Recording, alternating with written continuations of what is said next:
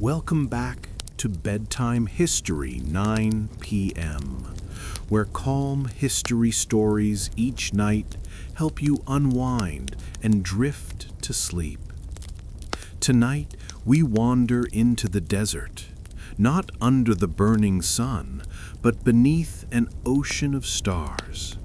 Picture this: endless dunes, pale as bone in the moonlight, stretching until they touch the sky's black velvet. A caravan waits in silence, camels kneeling, ropes slack, traders adjusting turbans to catch the cool wind. No one speaks loudly. The desert at night hears everything. You probably wouldn't survive this trip, not because of bandits or snakes, but because your bottled water and sunscreen would be as useful as decorative jewelry out here. These people mastered the art of existing where life shouldn't. So, before you get comfortable, take a moment to like the video and subscribe, but only if you genuinely enjoy what I do here. Tell me in the comments where you're listening from and what time it is there. Now, dim the lights, maybe turn on a fan for that soft background hum, and let's ease into tonight's journey together. The air tastes different once the sun is gone. It's thin, like someone wrung the heat out of it. You can almost hear the temperature falling, grain by grain, as the dunes exhale what they hoarded all day. The first stars blink awake, familiar guides to those who've spent their lives out here. You walk alongside them now, an apprentice, a guest in a landscape that rewards silence. Every movement feels deliberate. Sand sighs beneath your sandals, and the wind threads through your robes like cool fingers. In the distance, a bell rings, a soft note to mark the caravan's readiness. That bell is not decoration, it's coordination. One camel moves, another follows. Soon the line undulates like a dark ribbon slipping across the plain. You glance up, and the night sky is overwhelming. There's no light pollution, no city glow, just millions of stars, steady as salt grains on black silk. Ancient traders didn't look at this sky with romance. They saw it as their map. To them, the desert was not empty, it was written with light. Behind you, the day lies smoldering in memory. Ahead, 100 miles of night. Why did they walk now, when sight itself seemed uncertain? Because the desert's daylight is punishment. The sand that glitters so beautifully at sunrise turns into a mirror of fire by noon. Travelers learned that movement under the stars was survival, not superstition. Even the camels knew it. Their bodies relaxed as the heat faded, nostrils opening, breaths lengthening. A single torch flickers at the lead camel's side, wrapped in red cloth to dim the flame. It throws a faint halo, just enough to show the ground immediately ahead. To your right, someone hums quietly, half song, half prayer. The rhythm matches the camel's sway, 3 steps, a sigh, 3 steps, a sigh. The journey has begun, and already you feel the strange peace that only comes from moving through danger calmly. There's something comforting in that, a reminder that humans are not built merely for comfort, but for adaptation. In this vast silence, you're both vulnerable and powerful. The stars don't care whether you survive, yet you walk anyway. It's absurdly poetic and oddly funny, like trying to outsmart the universe by walking slower. A faint wind moves across the plain, carrying the smell of dust and date palms from an oasis miles away. The trader beside you, face wrapped except for his eyes, murmurs that if you can smell palm trees, you'll reach them before dawn. Maybe it's true, or maybe it's desert folklore, the kind passed down just to keep minds sharp. Scholars still debate how much of these oral tales were navigational cues and how much were psychological anchors, ways to convince yourself that the horizon was more than just an endless mirage. Tonight's air hums with ancient patience. The desert doesn't rush. Neither should you. You breathe in rhythm with the caravan, step after step, following the pulse of the earth as it cools beneath your feet. The world shrinks to starlight, sand and sound, the bare essentials of existence. And strangely, it feels enough. When morning finally arrives, the desert transforms into an executioner. The same dunes that glowed silver by moonlight now blaze white-hot, dazzling, merciless. You wake to a sun that seems closer than it should be, too near, too personal. It doesn't simply shine, it interrogates. That's why traders avoided it like plague wrapped in light. The desert sun could boil a brain inside its skull faster than you could blink. It's not poetic exaggeration. Heat stroke was the #1 killer of those who dared travel by day. The sand itself could reach temperatures that cooked the soles of your sandals until they curl like fried bread. And the air? Sometimes so dry that sweat evaporated before it could even form, tricking you into thinking you weren't dehydrating. You were, just invisibly. It's easy to imagine these merchants as romantic wanderers, but they were practical survivalists. They understood thermodynamics long before anyone used the word. As the sun rose, heat waves shimmered over the dunes, bending light like melted glass. Mirage pools appeared in the distance, perfect reflections of palm trees and lakes that didn't exist. Ancient traders called them the laughing water. Entire caravans perished chasing that laughter. You crouch to touch the ground. It's hot enough to brand your palm in seconds. The desert stores sunlight the way a blacksmith holds grudges. It doesn't let go easily. That's why every sensible traveler slept during the day, burrowed beneath cloth tents, using sand itself as insulation. They didn't fear darkness. They feared daylight. Some modern researchers argue that these patterns of nocturnal movement weren't only about comfort, but efficiency. Animals, after all, rest during the day here. By walking at night, humans could share routes with migrating herds, catching small game, or following natural instincts of creatures who'd mastered the terrain long before us. Others insist it was about visibility. By day, bandits saw you coming from miles away. By night, you became shadows with cargo. A camel grunts somewhere nearby, a sound like an irritated old man complaining about the price of water. They're resting now, long legs folded under them, chewing slowly, eyes half closed. Even their metabolism is heat-trained. Camels can lose up to a quarter of their body weight in water and keep moving. You, on the other hand, would be a decorative skeleton before noon.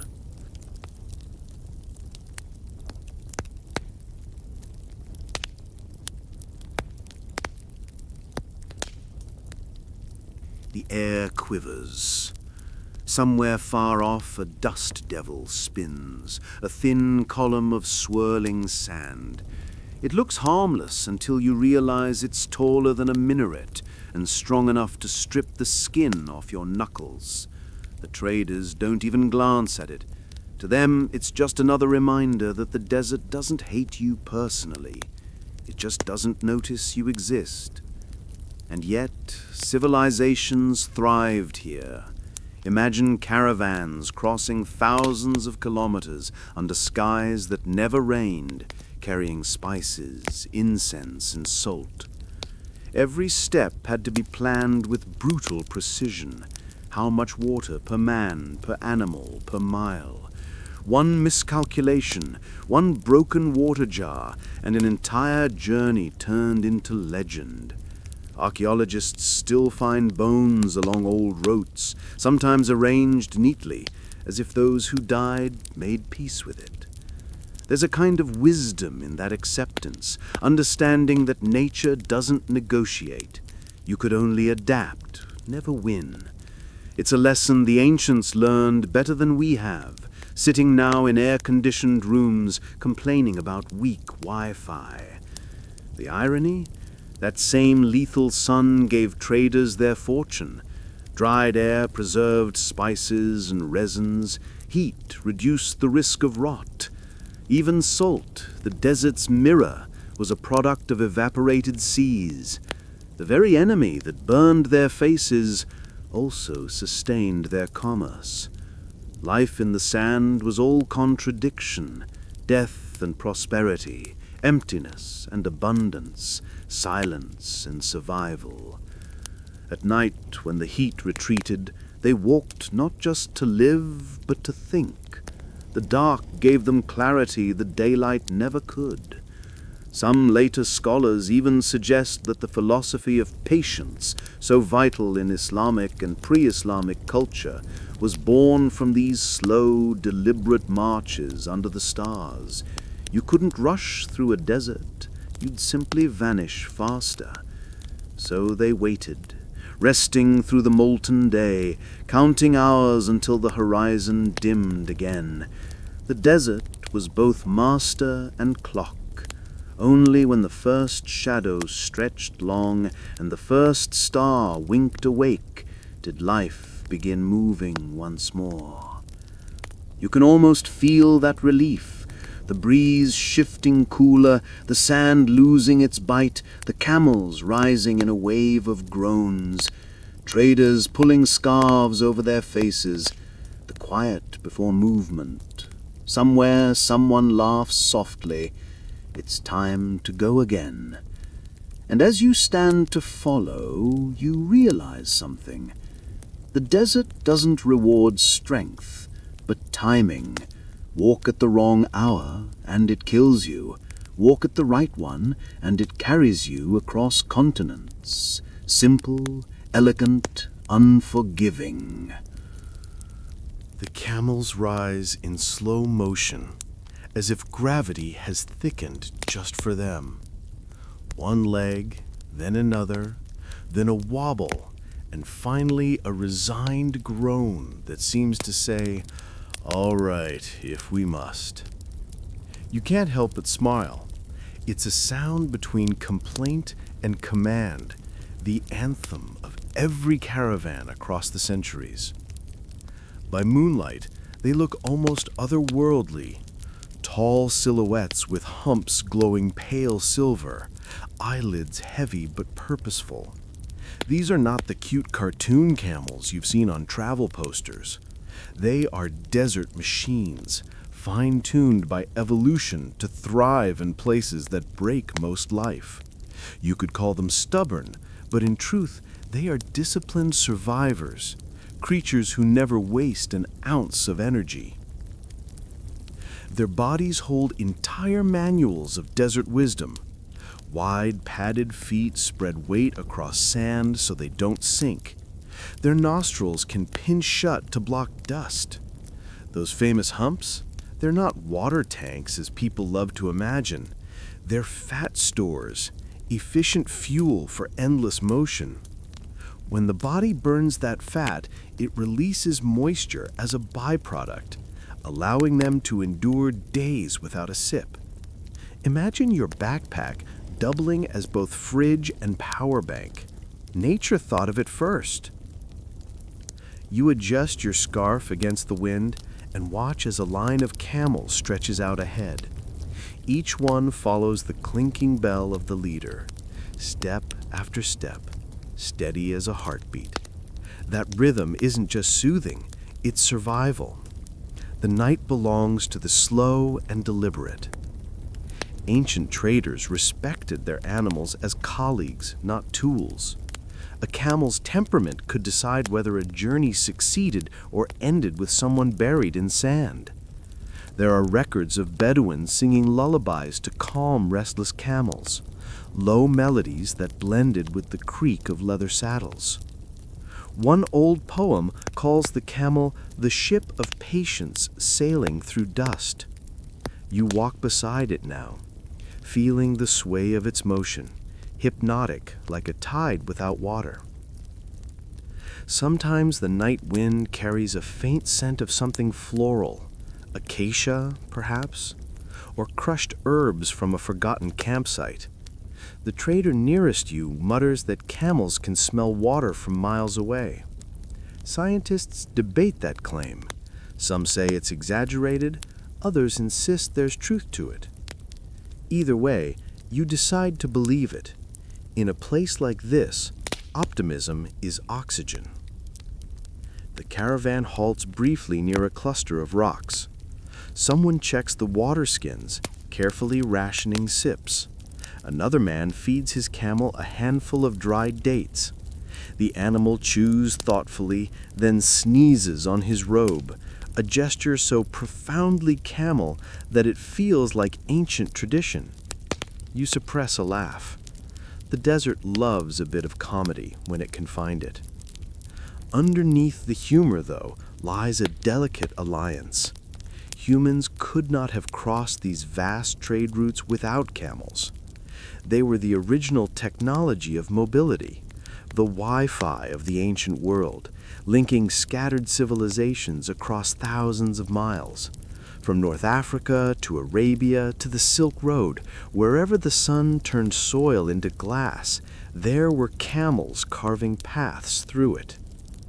Some scholars argue that the domestication of the camel, around 3,000 years ago, was one of humanity's quiet revolutions. It made the impossible profitable. Salt from the Sahara, incense from Yemen, silk from Persia, all flowed along routes no river could reach. The camel transformed emptiness into economy. Without them, cities like Mecca or Timbuktu might never have risen from dust. You reach out to touch one as it passes. Its hide is warm, leathery, alive. The camel turns its head, regarding you with an expression that somehow combines boredom and cosmic wisdom. If it could speak, it might say, "You humans think you discovered endurance. We perfected it." Far ahead, a faint glow marks where the horizon begins to soften. The moon sinking lower, the promise of dawn still hours away. The lead trader clicks his tongue, signaling another push through the cooler hours. The caravan moves again, a slow wave over shifting sand. Walking beside them, you realize that survival here isn't about bravery or strength. It's about rhythm, the pulse between exertion and rest, light and dark, heat and cold. The camel embodies that rhythm perfectly.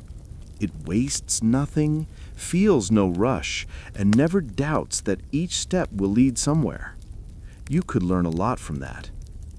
Maybe that's why ancient poets spoke of the camel with reverence, almost envy. It didn't just survive the desert, it belonged to it. And in the hush between footsteps, as stars wheel overhead, you feel a strange peace settling over you. The world narrows to soft breathing, sand, and silence. The desert hums quietly, like a living organism. Somewhere a camel bell jingles again, echoing through the cool air. You're walking within an ecosystem older than empires, older than maps, even older than fear. And as you match your steps to the animal beside you, you understand. The desert's greatest lesson is not about suffering, it's about surrender.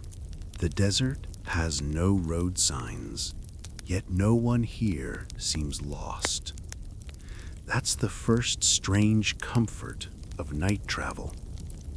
You begin to realize that direction out here doesn't depend on visible things. It's written in the sky. As the caravan moves, the lead trader occasionally tilts his head upward, measuring the angle of a particular star. His gestures are small, practiced, ancient. He doesn't need a compass or chart, only memory and instinct. You glance up too, and there it is, the North Star, fixed like a silent nail holding the sky in place.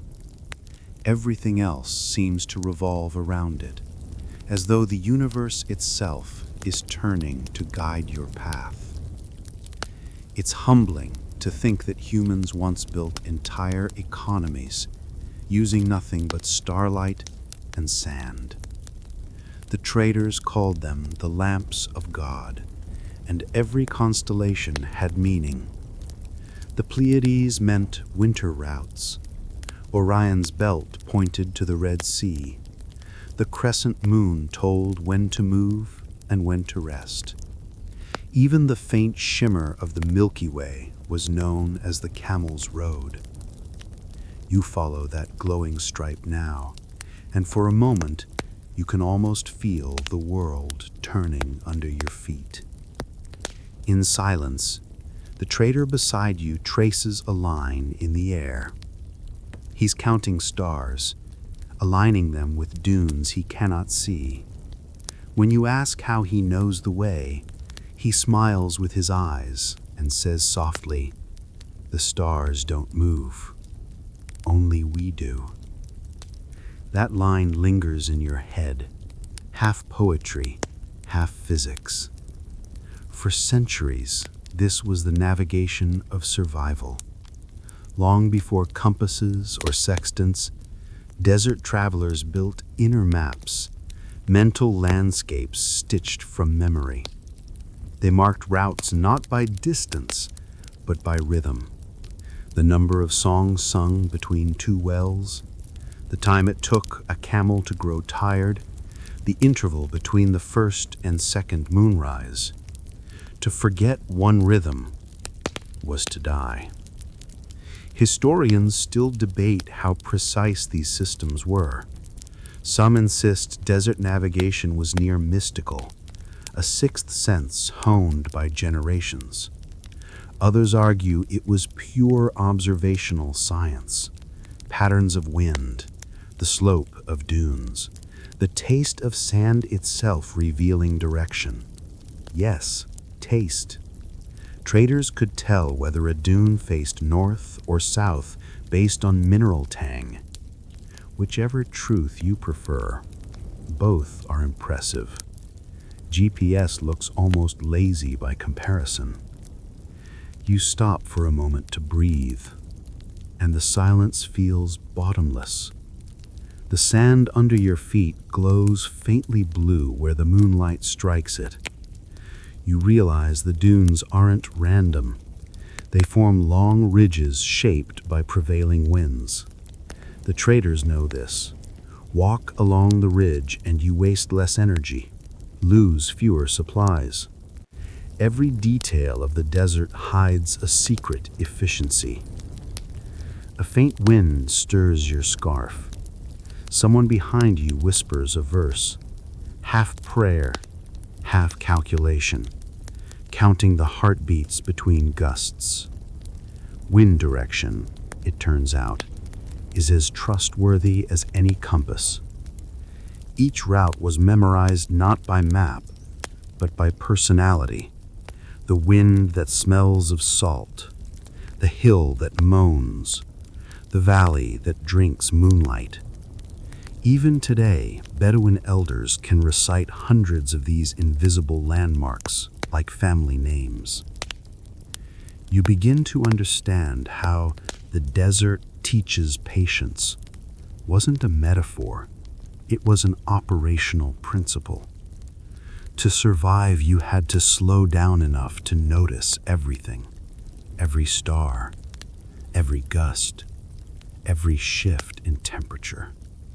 Move too fast, and you'd miss the subtle cues guiding you home.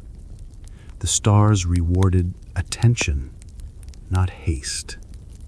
Somewhere ahead, the lead trader raises a hand and halts the caravan.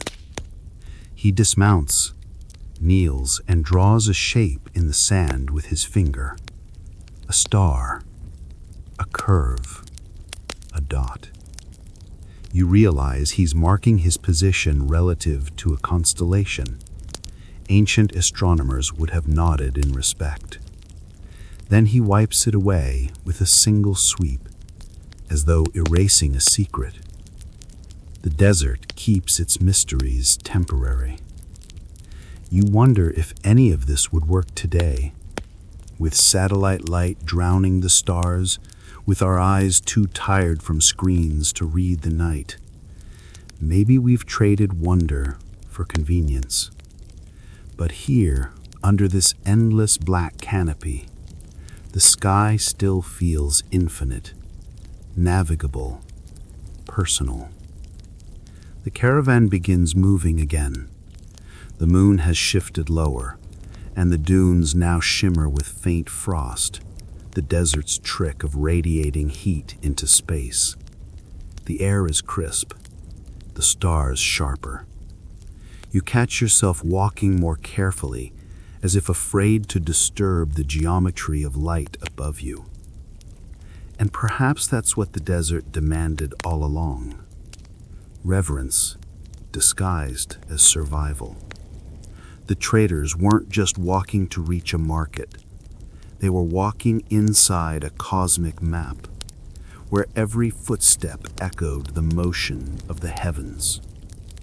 So you walk quietly, guided by nothing you can touch, trusting that the same stars that led them 1,000 years ago still shine for you tonight.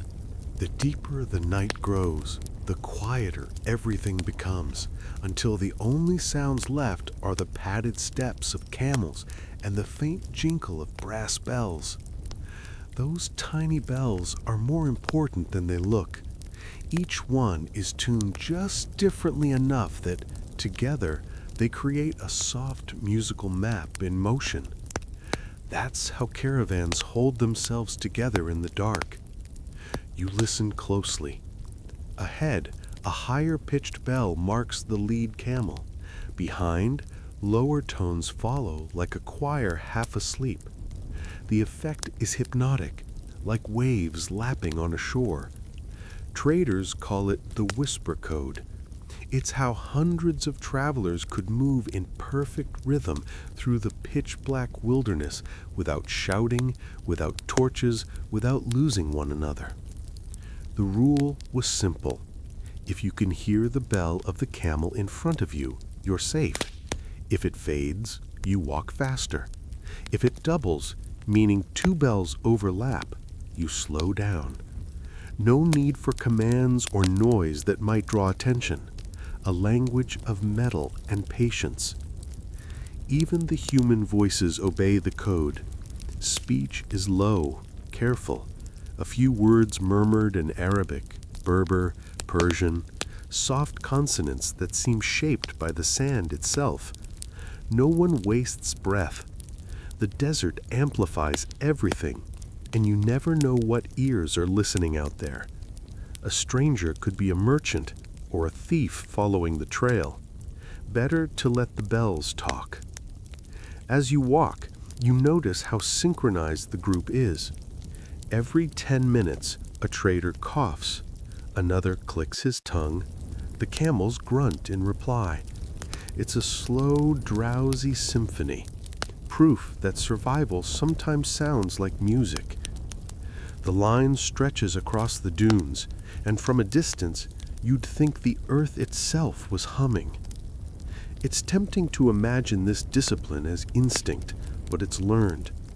Novices once had to practice walking blindfolded beside a camel, learning how to match pace by sound alone.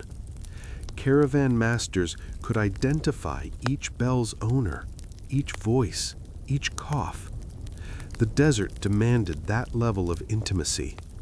You had to know the rhythm of every creature beside you. And in a strange way, that intimacy became comfort. Out here, friendship was not a matter of talk, but of presence. You didn't need to speak your fears.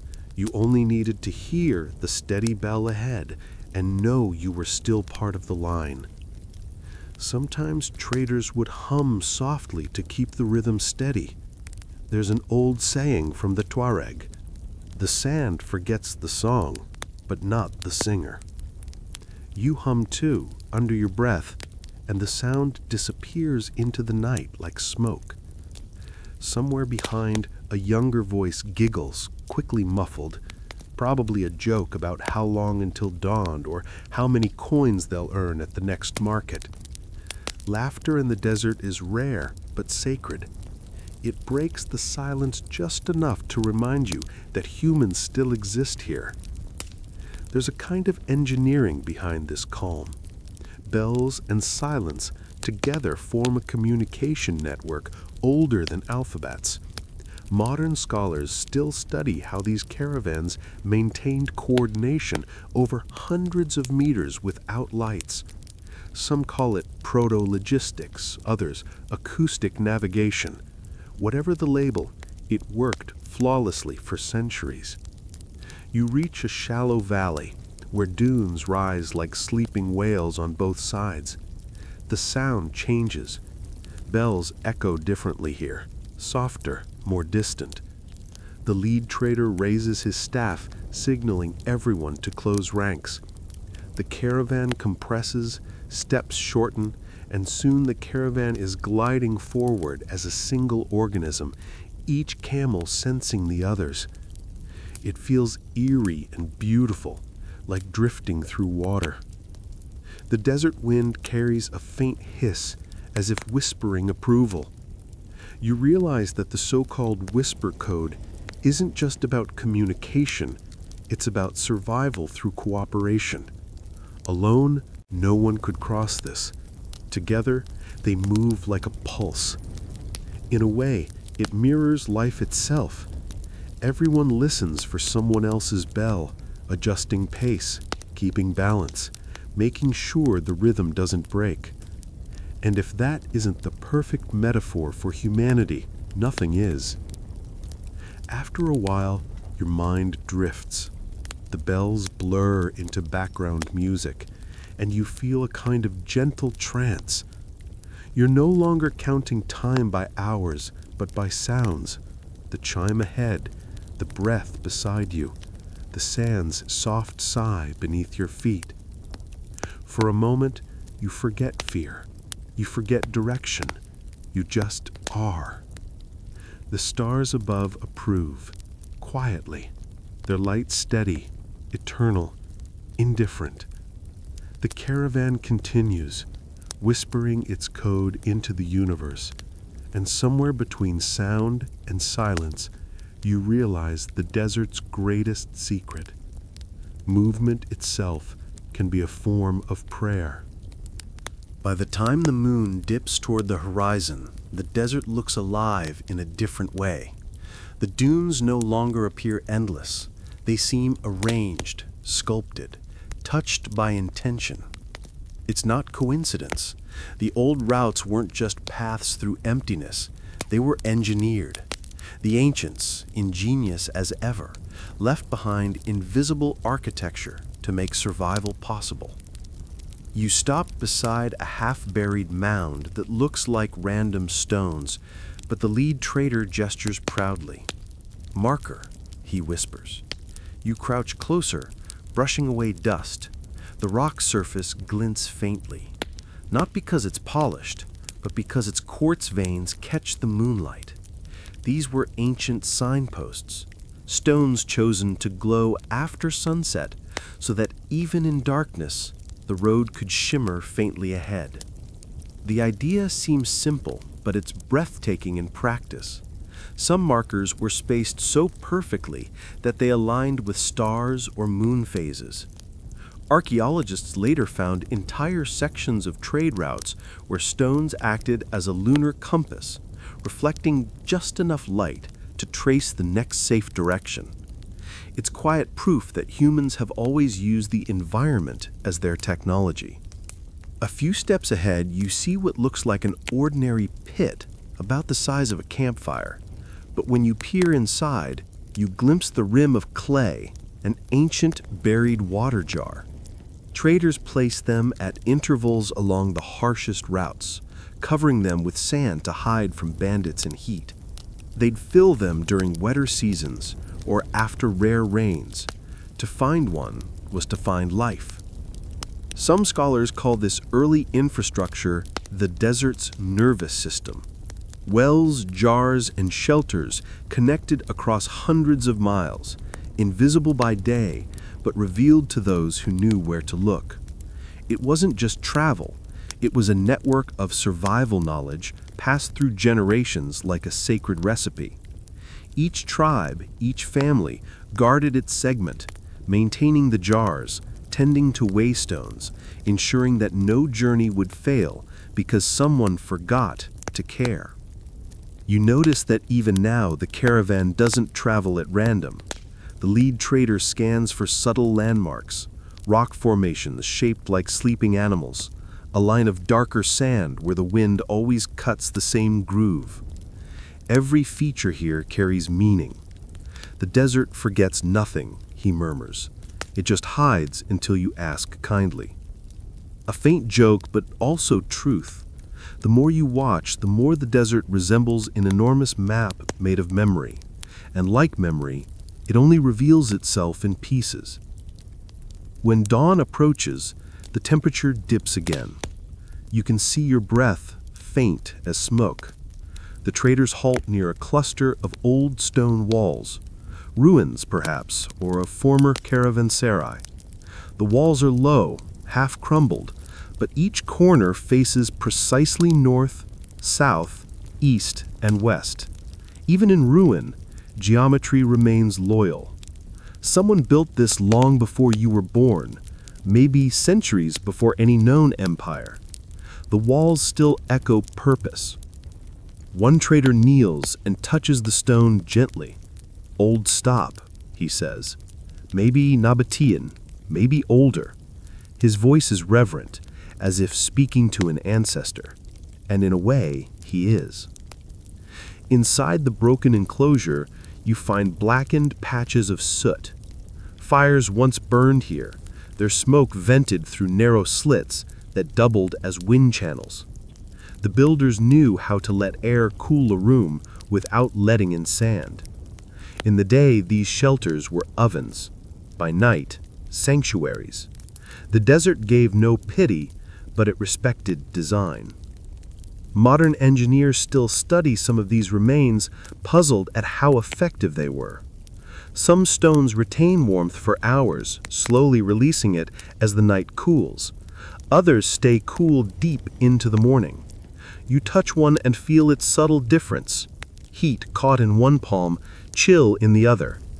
It's a strange accidental metaphor. The balance between extremes is what kept traders alive. As the caravan rests, you look around and think of how ephemeral yet permanent their work was. The sand will reclaim every wall eventually, yet the routes themselves persist, redrawn, renamed, reused by truckers and nomads still chasing horizons. The same stars, the same markers, the same rhythm. You find yourself smiling at the absurd precision of it all. Humans, tiny and fragile, marking eternity with rocks and jars. You'd think the desert would laugh at that audacity. Maybe it does, but quietly, indulgently, like a parent humoring a child who builds castles of sand just before the tide returns. The bells hush, camels kneel, traders unfurl their mats and rest their foreheads on folded arms. The world contracts again into the smell of dust and fire and faint incense. In this moment, you understand that walking at night wasn't simply an adaptation, it was an act of collaboration. The desert gave no mercy, but it offered clues, and those who listened lived long enough to tell the story. You pull your robe tighter, lying back against the cool wall, eyes tracing the last constellations fading in the east. The first hint of dawn glows like embers behind the dunes. Somewhere far away, another caravan begins its journey in the opposite direction, guided by the same stones, the same stars, the same stubborn hope. The desert may look empty, but every silence here has layers. As the caravan rises again and the last stars fade, something changes in the air. A tension that isn't wind. You notice how the traders speak less, how their hands rest closer to the handles of their curved daggers. It isn't the heat they feared now, it's people. Smugglers, bandits, tax collectors, sometimes the same men under different moons. For centuries, the desert's vastness blurred the line between honest merchant and outlaw. You could leave a city a trader and arrive at the next as something else entirely. Out here, reputation traveled slower than rumor. The lead trader glances over his shoulder and murmurs, "Keep eyes open." The warning floats back quietly. You do, scanning the dunes. Nothing moves, yet the feeling lingers. The same primal instinct that makes night travelers quicken their pace when the wind suddenly drops. To outsiders, it might seem paranoid, but to cross the desert by night was to gamble with unseen company. Smugglers often used the same cool hours, slipping between empires under the cover of darkness. One caravan's spice was another's contraband. Taxes along the old trade roads could swallow half a man's profit, and sometimes his patience. Smugglers knew that by traveling at night, they could bypass the official gates and checkpoints, hiding their loads behind dunes until dawn. Some were desperate traders avoiding ruin. Others were criminals by any definition. The desert didn't judge. It only remembered who returned. In the faint moonlight, you imagine what those secret convoys must have looked like. Silent as ghosts, their camels wrapped in dark cloth to avoid reflection, their bells muffled with leather. They moved faster than the lawful caravans, reckless, efficient, unburdened by prayer or pause. If a patrol appeared, they scattered into the dunes like smoke, trusting the sand to erase their tracks before sunrise. Scholars still debate whether most desert routes survived thanks to legitimate trade or black market ingenuity. The truth, as usual, sits somewhere in the middle. For every merchant paying tribute to a sultan, there was another slipping through back routes with unpaid goods. Both kept the economy alive. One simply did it after bedtime. You hear the lead trader murmur something about ghost routes. These were paths known only to certain tribes, ways that skirted major wells and fortresses, winding instead through regions considered haunted or cursed. The fear of spirits, ironically, was a form of insurance. No tax collector would risk the territory of jinn. One famous smuggler, legend says, carried an idol carved from salt across 400 miles of sand to avoid confiscation. When he reached the coast, the idol had nearly melted from sweat and heat, but he sold the remaining lump for more than gold. True or not, the story captures the desert's moral elasticity. Crime, survival, and enterprise often shared the same tent. You walk in silence now, feeling that duality. To live out here, one needed both honesty and cunning. The desert respected neither saint nor sinner.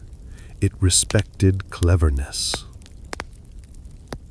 The first light of dawn paints the dunes in copper. Shadows stretch long, and you realize how exposed the caravan becomes as day rises. That's another reason for night travel: invisibility. In sunlight, even a small caravan could be seen from miles, an easy mark for raiders. But by moving in the cool darkness, they were whispers, seen by no one except the stars. The traders tighten formation, quickening pace. They'll rest soon in an abandoned wadi, where rock walls hide them from the day. The tension eases once the first birds cry, the small desert larks announcing morning. Bandits hate noise. Merchants love routine.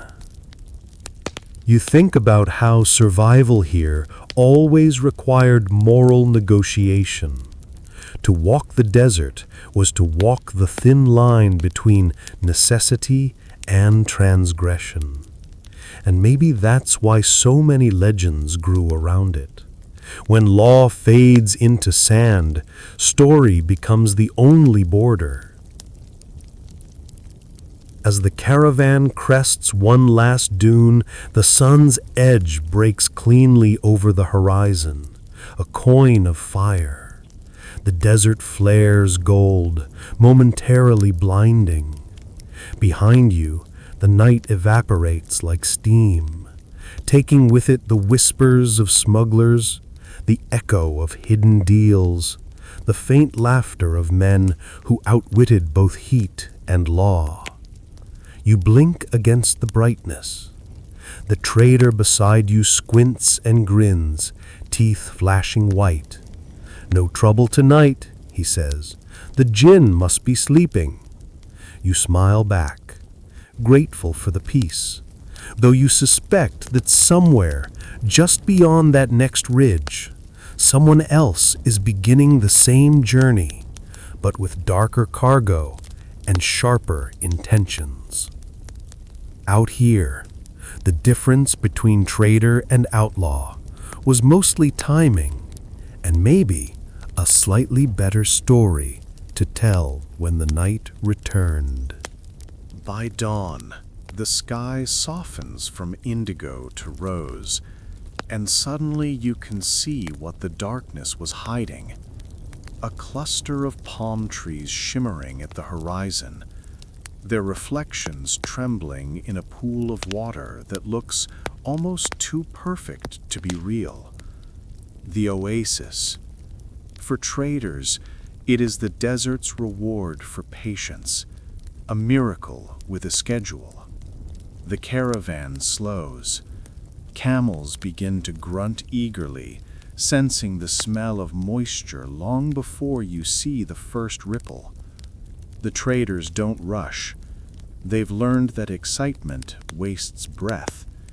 Instead, they approach in deliberate rhythm, each step measured, almost ceremonial. When they finally reach the water's edge, The sound of slurping and sighing fills the air like applause. You kneel, scoop the cool liquid into your palms, and it's almost shocking. Sweet, mineral, alive. After hours of silence and thirst, it feels like conversation. You realize why ancient poets compared oases to forgiveness. Beyond the water stands the skeleton of a market, still half asleep. Wooden stalls lean against one another, baskets overturned, a few sleepy goats wandering between them. This is one of those timeless waypoints, half settlement, half mirage, that grew wherever caravans paused long enough to rest. As you walk through, the air smells of cardamom and dust, and someone yawns behind a curtain. Traders who traveled all night now become merchants. Scarves come off, ledgers appear, and the hush of the desert gives way to the soft chaos of negotiation. It's not loud, not yet, but you can feel the hum of commerce awakening like a beehive in slow motion. One man is already roasting coffee over coals, its aroma curling into the morning air. Another rolls out bolts of dyed cloth, their colors muted in the early light, but still impossibly rich. You catch a glimpse of turquoise beads, copper cups, and sacks of dried resin. Every object here has traveled farther than most people ever will. The desert, for all its emptiness, was never a barrier. It was a bridge. These oasis markets connected worlds, Arabia to India, Africa to Byzantium. A merchant could arrive here speaking Persian and leave speaking Greek, with a donkey load of cinnamon and a head full of gossip. Trade was never just about goods, it was about stories. The traders who walked at night didn't do it only for survival. They did it to reach mornings like this, when the air cooled just enough to bargain without sweating through their robes. Daytime commerce was practical art, guided by etiquette that varied from tribe to tribe, but always began with coffee and ended with trust. You find yourself drawn to a small group under a woven awning. A woman in a blue veil counts coins, her eyes sharp but kind. She's weighing frankincense resin, crumbled gold that smells of temples and old prayers. A buyer gestures nervously. She smiles and shakes her head, adjusting the scale by a single pebble. Fair weight, always fair weight. This is how civilization works here, by balance, between night and day, trust and doubt, silence and speech. The oasis market is the desert's heartbeat, a temporary truce between exhaustion and ambition. A child passes carrying a basket of figs, offering one to you. It tastes of sunlight and dust. You realize how every flavor here, sweet, bitter, dry, feels intensified by contrast. Nothing comes easy, so everything feels earned, even rest. As the sun climbs higher, the market grows louder. Camels snort, traders haggle. The smell of leather mixes with smoke. The world that was silent hours ago now pulses with human noise and movement. Yet even amid this energy, there's an undertone of calm discipline. Everyone knows they have only a few hours before the heat becomes unbearable again. So they work quickly, efficiently, like a well-rehearsed play. Buy, sell, load, and retreat. You watch as the lead trader from your caravan exchanges a sealed jar of myrrh for a pouch of silver coins, nodding once in satisfaction. "Enough for 3 nights more," he murmurs. When the sun finally climbs too high, shutters close, fires die, and the market folds back into silence. Traders retreat to shaded courtyards or half-buried stone shelters. Camels are watered and left to chew lazily in the shade. The oasis becomes still again, like a city holding its breath until the stars return. You lie back under a date palm, eyes half closed, listening to the distant creak of ropes and the flutter of birds overhead. The air hums softly with the residue of barter, travel, and laughter. It strikes you how cyclical it all is, the nightly journey through darkness, leading always to this soft morning pause. The pattern is so ancient it feels biological. Humans, camels, dunes, stars, all moving in sync, like a single living organism catching its breath before night calls again. And you begin to understand the genius of walking at night. It wasn't just to escape the sun, but to arrive here precisely now, in the gentle hour when commerce, comfort, and life itself bloom briefly between extremes. The desert teaches timing, and timing teaches grace.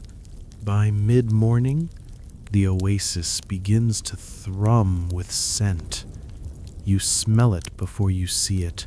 Sweet, resinous, faintly smoky, frankincense, the perfume of gods, temples, and anxious merchants who believed a fragrant load might bribe fate itself. The smell threads through the air like memory, mingling with sweat, dust, and the faint tang of iron from coins. You follow your trader companion into a narrow alley of stalls. Every surface seems dusted with pale gold, resin chunks piled like sugar, sacks of myrrh tied with leather cords, bowls of saffron glowing like sunrise trapped in clay.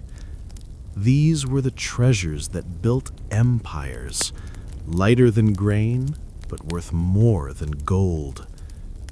The man beside you chuckles softly. "We walk all night so the world can smell good," he says. You grin, realizing he's not wrong. Spices, incense, perfumes, these fragile things drove entire economies. But each jar, each pouch carried more than wealth, it carried fear.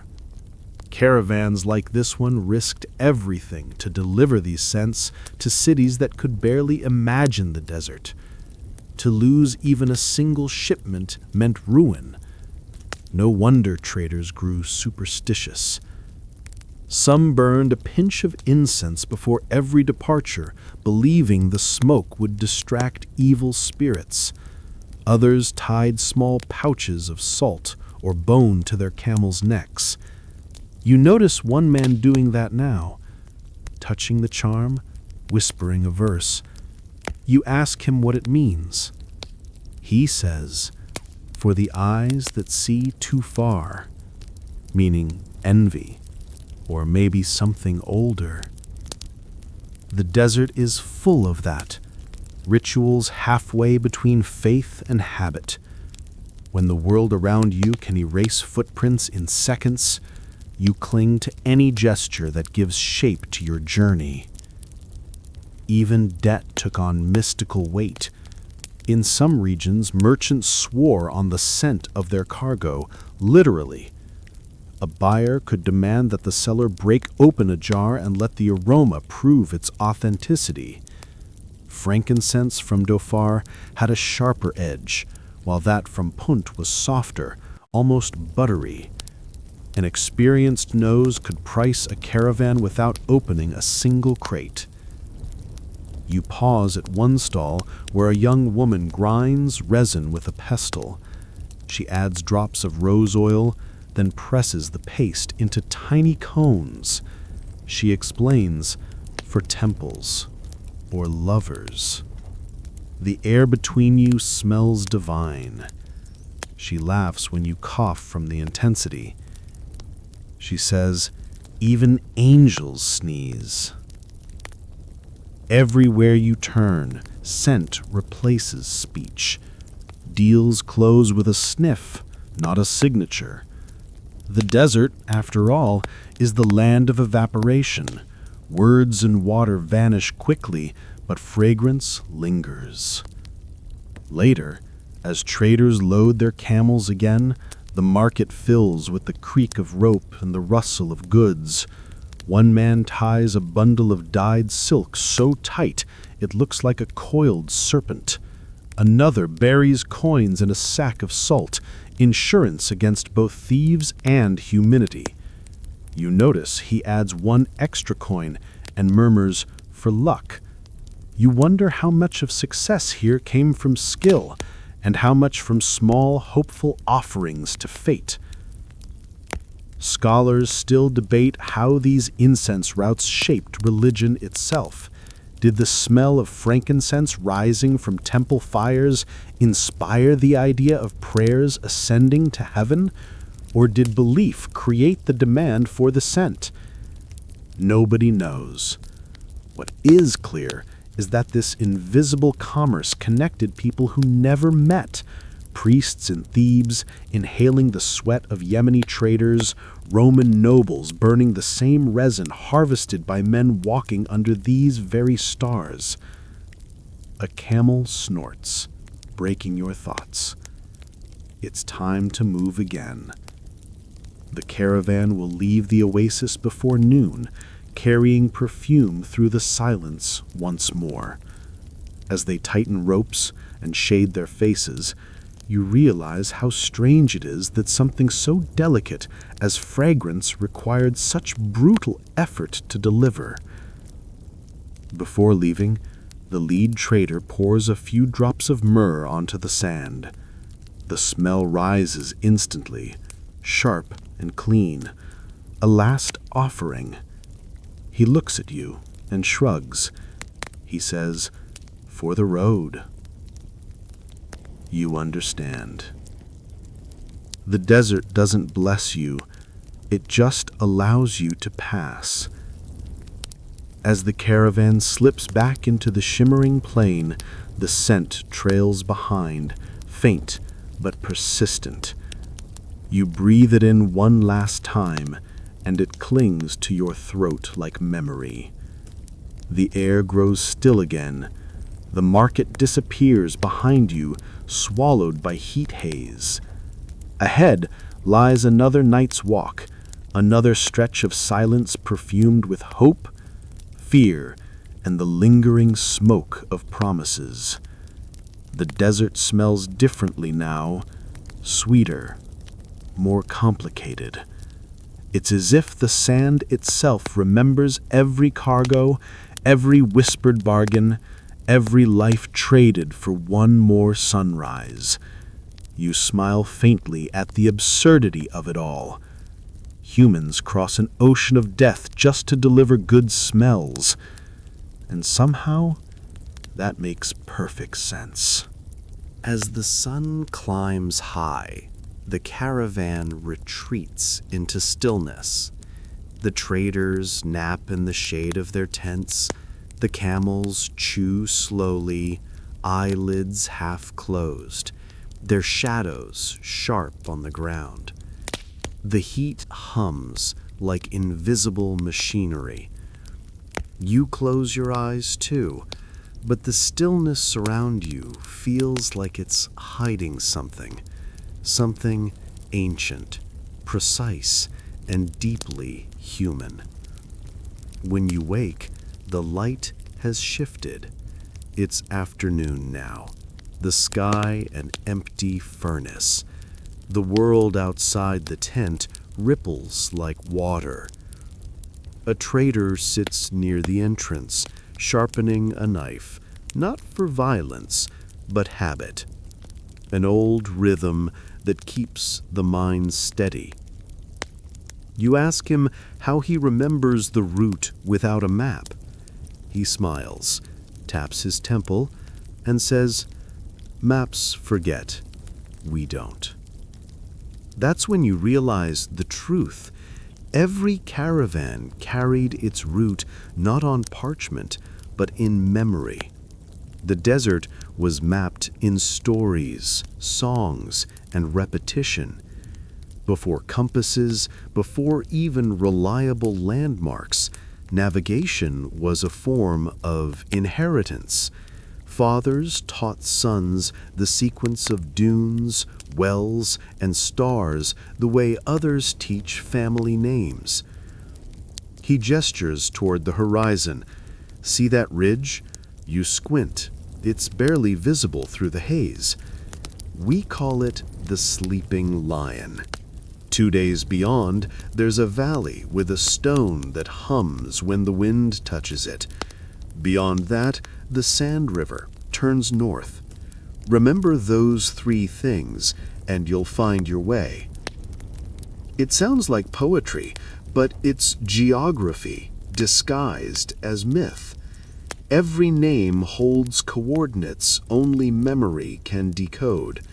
To forget one was to erase the road itself. Some historians believe these oral maps were more accurate than early written ones. A line drawn on paper could mislead if a dune shifted or a well dried, but a story, a rhythm, adapted with time. If the sleeping lion became the broken lion, the tale changed to fit the new shape. The map lived and breathed with the desert.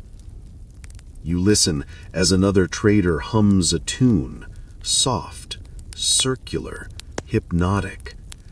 He explains it's a traveling song. Each verse corresponds to a landmark. The melody repeats every night, reinforcing memory without conscious effort.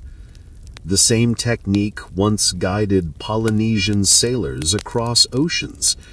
Different landscapes, same brilliance, turning song into survival. When night finally falls again, you witness this oral cartography in motion. The lead trader lifts his arm, points to a cluster of stars, and recites, "When the 7 sisters rise above the black dune, walk toward the cool wind. When the wind smells of dust, you are near water." Simple, poetic, perfectly functional. You can almost see the invisible lines connecting heaven and earth, star to dune, dune to step, step to memory. There's a moment when you realize how fragile this knowledge was. One lost generation, one war, one famine, and centuries of roots could vanish overnight. Modern archaeologists sometimes stumble upon faint trails of stones or wells so ancient no record names them. The desert swallowed their cartographers, but not their genius. And yet, even in the modern age, echoes remain.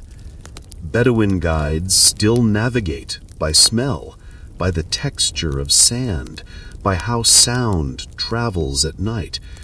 It seems unbelievable until you experience it. The way a voice carries farther when the air cools.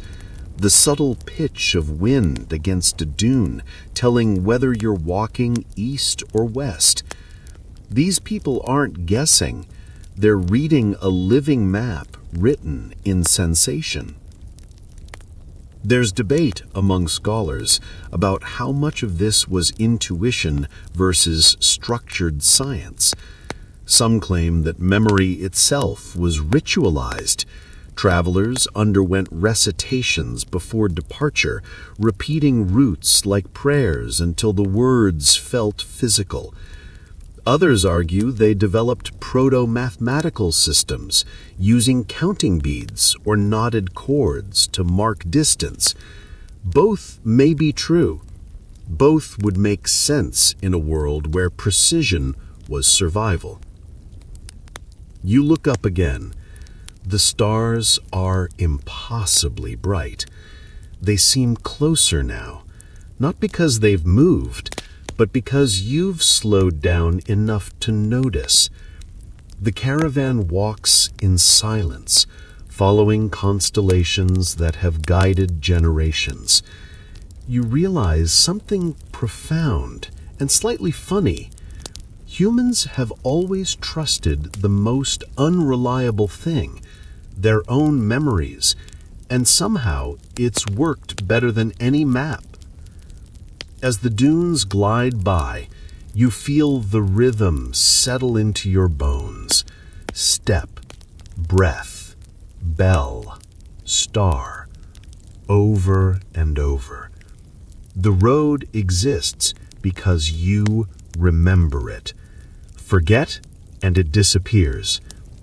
In that fragile balance between mind and horizon lies the genius of those who walked before GPS, before ink, before certainty. The trader beside you hums again, and without meaning to, you hum along. The melody repeats like a heartbeat, and in it you can hear the shape of the world, the geography of memory. The second night feels different. The novelty of darkness has worn off. What remains is endurance. Your legs ache with each rise and fall of the dunes, and the silence presses harder now, as if the air itself weighs something. Even the camels sound subdued, just breath, hooves, and the occasional wet cough echoing into forever. The desert doesn't just test your body, it starts nibbling at your mind. After hours of identical scenery, your thoughts begin to loop. You stare at the horizon and swear the dunes are moving, shifting like slow waves. It's not imagination, it's heat and fatigue rewiring perception. The traders call it the sands hypnosis. One of them, noticing your glazed stare, chuckles. "Don't look too long," he warns. "The desert will start to look back." He's not entirely joking. Travelers for millennia have spoken of this phenomenon, the feeling that the dunes are alive, that the horizon breathes. Ancient accounts mention hallucinations so vivid they blurred the line between mirage and madness. People claimed to see moving cities, processions of phantom camels, even reflections of their own caravan reversed and walking toward them. Modern researchers would call it sensory deprivation, or maybe heat-induced delirium. But standing here, in the cool breath of night, it feels like something else, like the desert playing games with your awareness, bending reality just to see what you'll believe. You glance at a nearby camel. Its expression hasn't changed in 12 hours, which somehow feels like cosmic wisdom. Maybe that's why they survive here.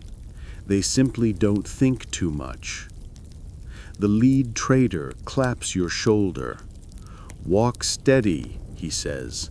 Never chase what you think you see. The rule is ancient and simple. When in doubt, trust your feet, not your eyes. It makes sense. Out here, distance itself lies. A mountain you think is half a day away might take 3 or vanish completely when the sun rises. The heat, the emptiness, the repetition all conspire to dissolve your sense of space and time.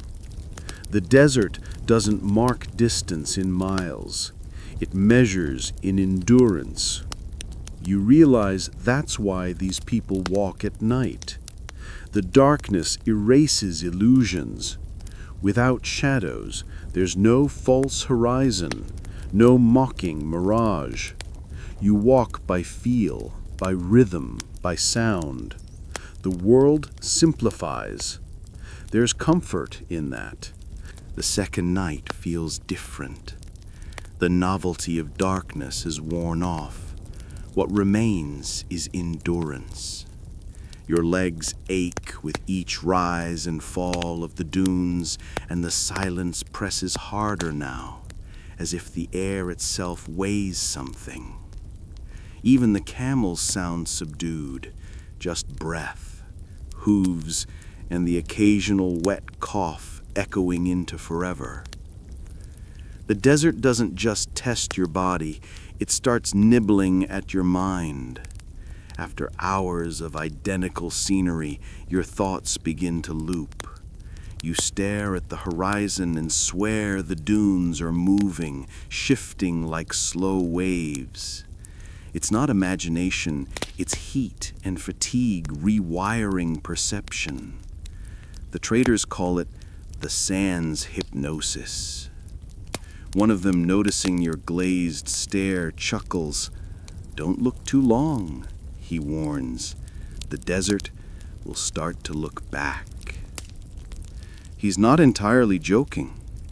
Travelers for millennia have spoken of this phenomenon, the feeling that the dunes are alive, that the horizon breathes.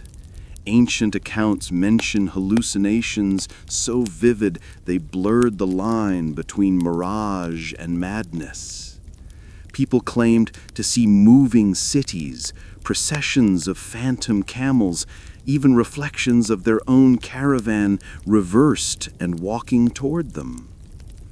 Modern researchers would call it sensory deprivation, or maybe heat-induced delirium. But standing here, in the cool breath of night, it feels like something else. Like the desert playing games with your awareness, bending reality just to see what you'll believe. You glance at a nearby camel. Its expression hasn't changed in 12 hours, which somehow feels like cosmic wisdom. Maybe that's why they survive here. They simply don't think too much. The lead trader claps your shoulder. He says, "Walk steady. Never chase what you think you see." The rule is ancient and simple. When in doubt, trust your feet, not your eyes. It makes sense. Out here, distance itself lies. A mountain you think is half a day away might take 3, or vanish completely when the sun rises. The heat, the emptiness, the repetition all conspire to dissolve your sense of space and time. The desert doesn't mark distance in miles, it measures in endurance. You realize that's why these people walk at night. The darkness erases illusions. Without shadows, there's no false horizon, no mocking mirage. You walk by feel, by rhythm, by sound. The world simplifies. There's comfort in that, a purity modern life rarely allows. Still, the exhaustion creeps in like fog. A trader begins murmuring softly, a prayer maybe, or a self-reminder. You can't make out the words, but the tone is soothing, like someone coaxing their own heartbeat to slow. Another starts humming, low and steady, matching his camel's steps. The rest fall into rhythm. It's not just tradition, it's survival psychology. Repetition keeps the mind anchored. Psychologists today would call it meditative walking, but the ancients didn't need terminology. They just knew it worked. Step, breathe, hum, repeat. That's how you keep distance from turning into despair. Somewhere ahead, the faint gleam of a lantern appears. You feel relief until you remember that no one lights fires out here. The lead trader sees it too and frowns. "Ignore it," he mutters. "It's not for us." You look again. The light flickers, moves sideways, and then vanishes. Just heat, bending air. Or perhaps, if you ask older travelers, a will-o-wisp, the wandering souls of those who lost their way. The desert collects myths like footprints, and none of them are comforting. There's debate among scholars about how these hallucinations shaped spiritual beliefs. Did mirages give birth to the idea of jinn, creatures flickering just beyond sight? Or did belief in jinn color what people thought they saw? The question is like sand itself. It slips through every attempt to grasp it. Hours later, you pause to rest beside a low ridge. The stars overhead look impossibly close, bright enough to cast shadows. You feel small but strangely calm. The silence, which once felt oppressive, now feels like something else, a kind of acceptance. The desert doesn't talk back, but it listens. One of the traders hands you a small skin of water. He says, "Sip, not drink, sip." You obey. The drop is warm, metallic, barely enough to wet your tongue, yet it feels miraculous. He nods approvingly. "Thirst teaches respect," he says. He's right. Out here, thirst isn't just physical, it's mental.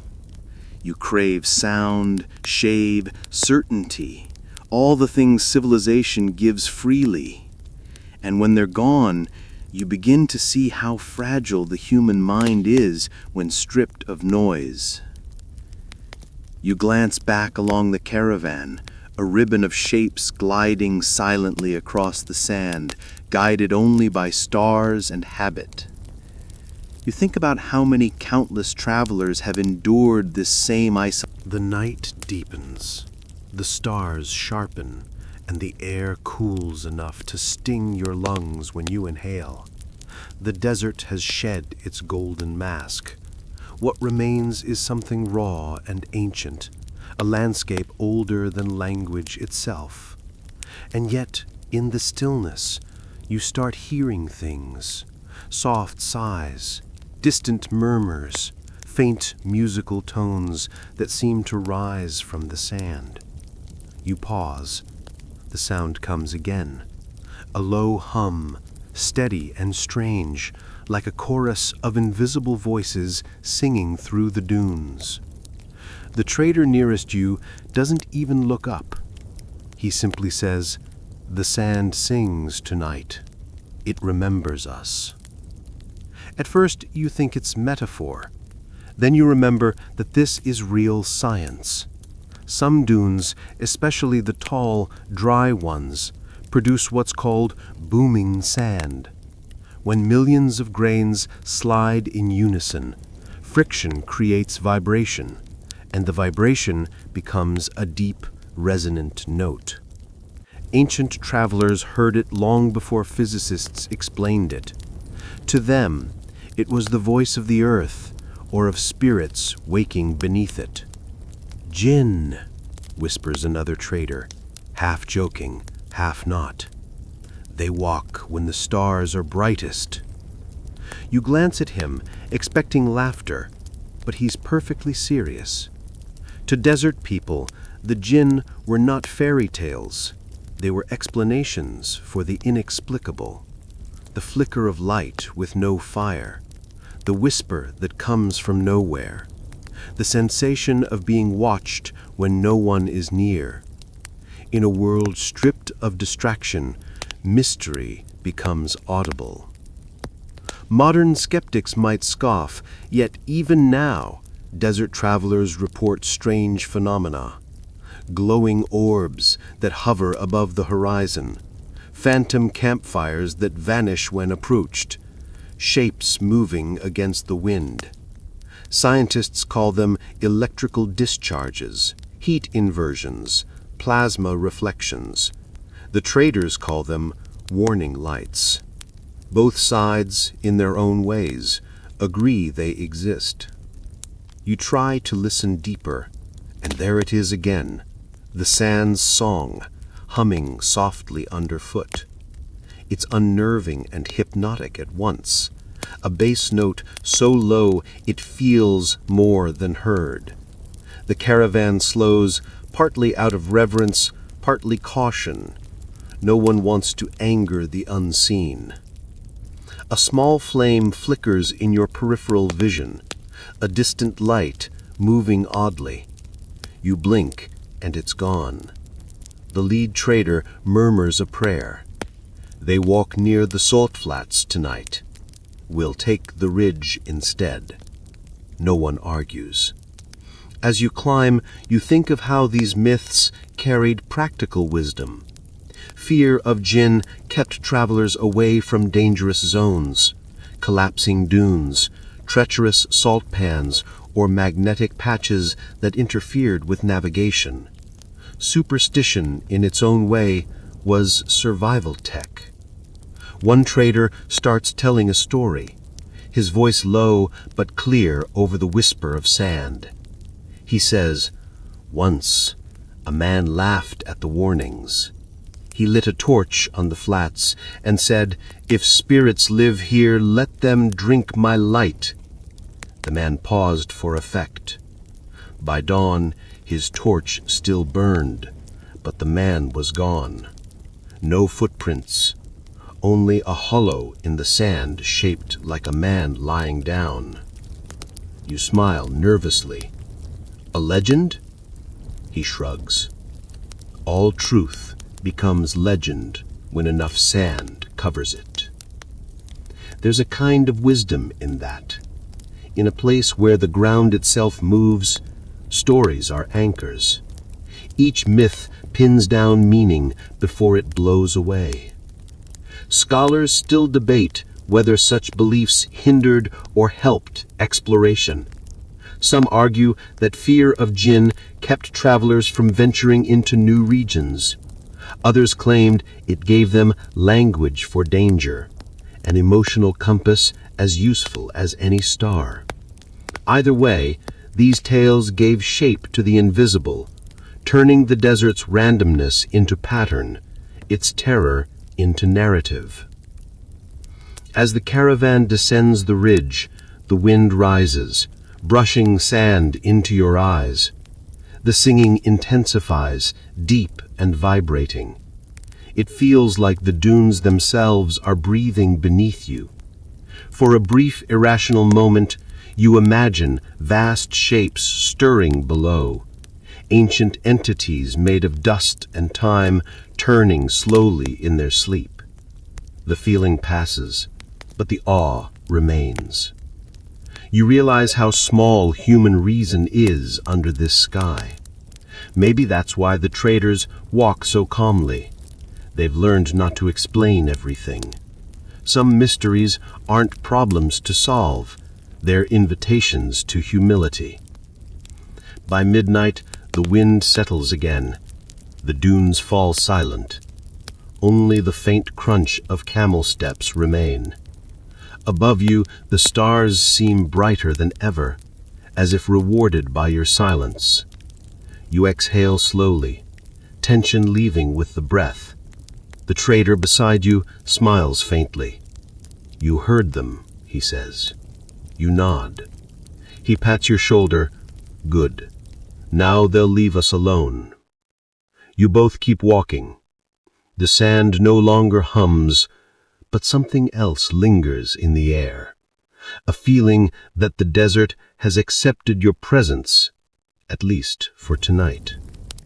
You wonder, as sleep begins to tug at your thoughts, whether the jinn ever really left, or whether they're simply waiting for you to listen again.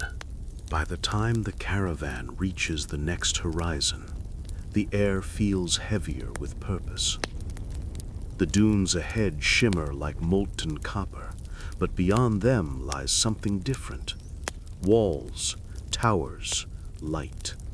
Civilization.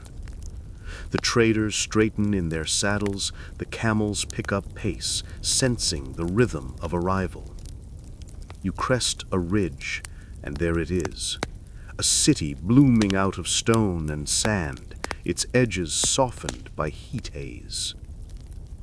No river, no forest, just architecture born of patience and thirst. You can smell it before you reach it. Spices, smoke, humanity. This is what the night walkers built. Empires that fed on sand. Petra, Mecca, Palmyra, Timbuktu. Names like incantations carved into history by merchants who followed the stars instead of kings. These cities existed not despite the desert, but because of it. They were born from the silence between dunes, the pause where trade, faith, and endurance met. You can almost hear the clamor of it as you approach. Bells, calls to prayer, bargaining voices blending with the bleat of goats and the hiss of cooking fires. The contrast is almost comedic. After weeks of whispering across empty plains, the human noise feels chaotic, joyful, excessive. A gatekeeper waves your caravan forward.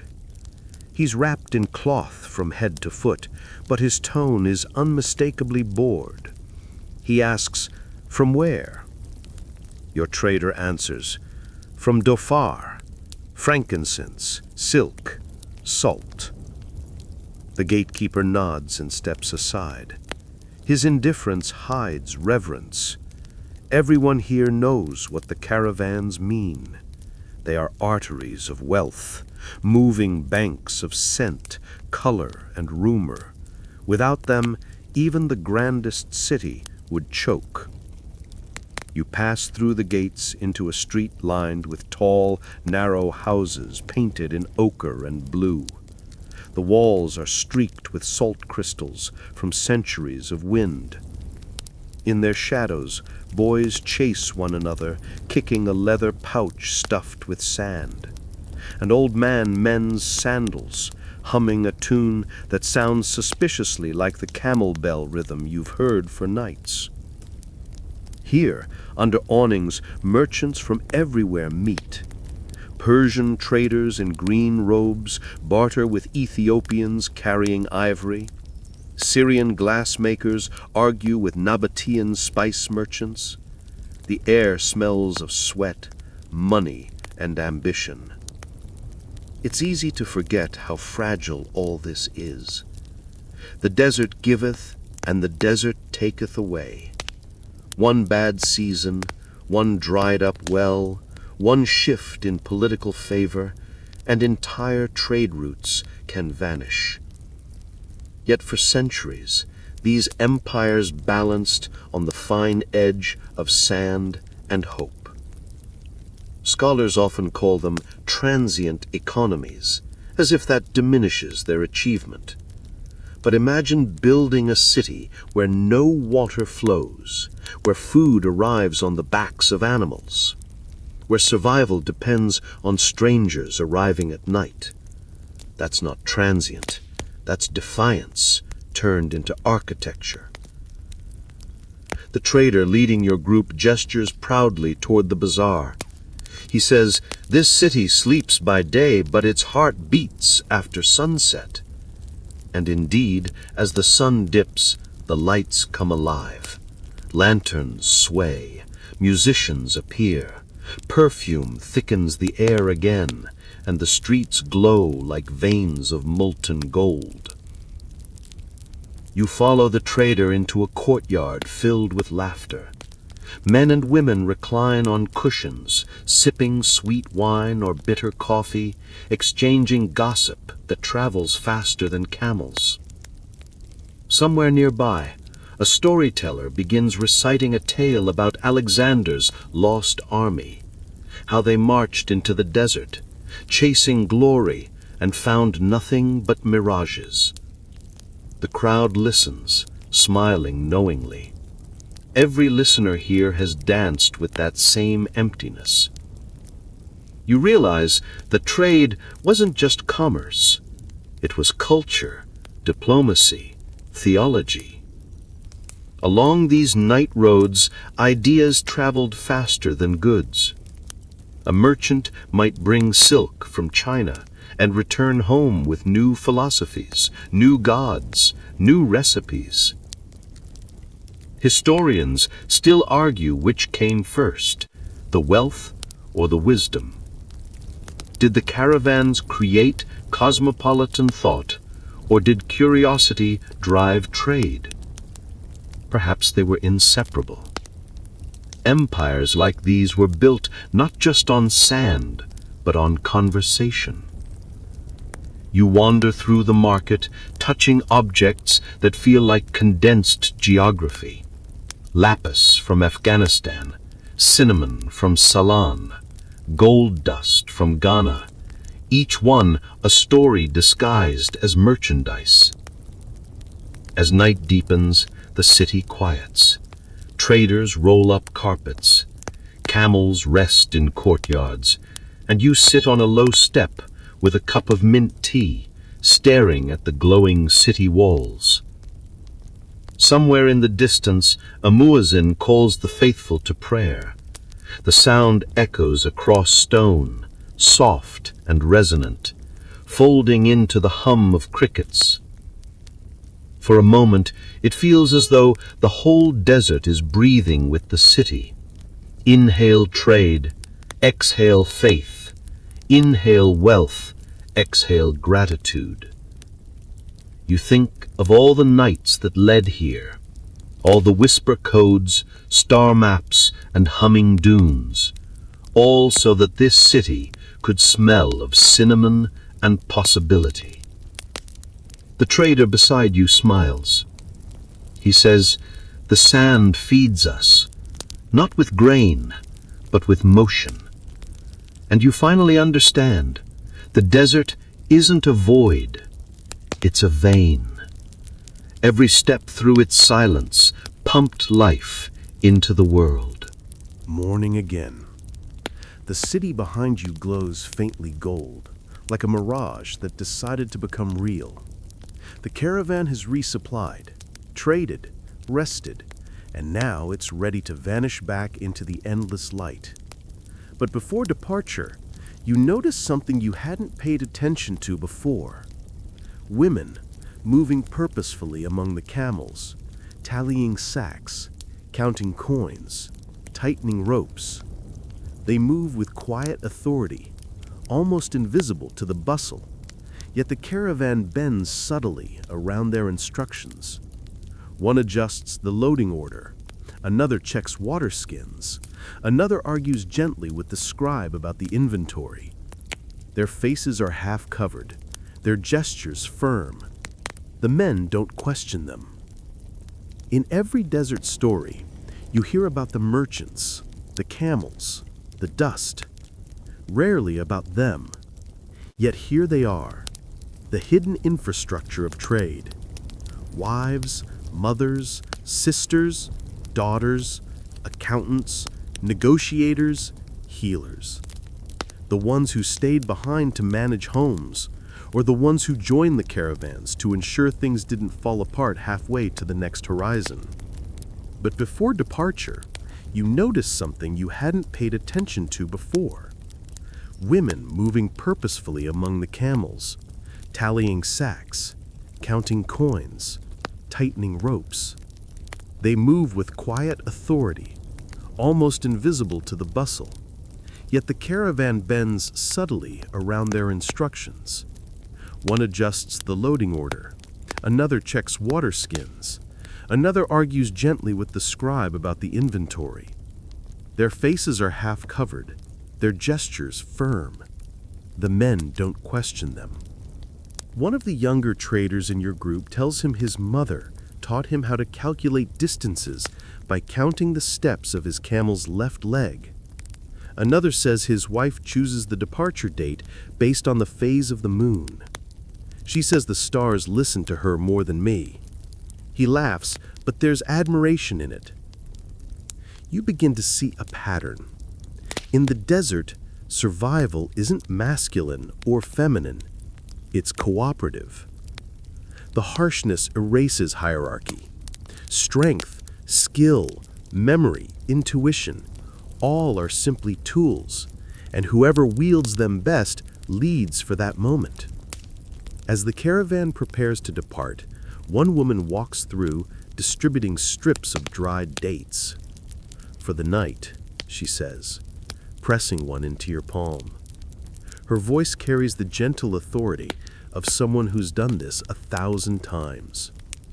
You notice that when she gives the lead trader his share, he bows slightly, not out of ritual, but respect. She nods and steps back into the shade. Her work is done until they return.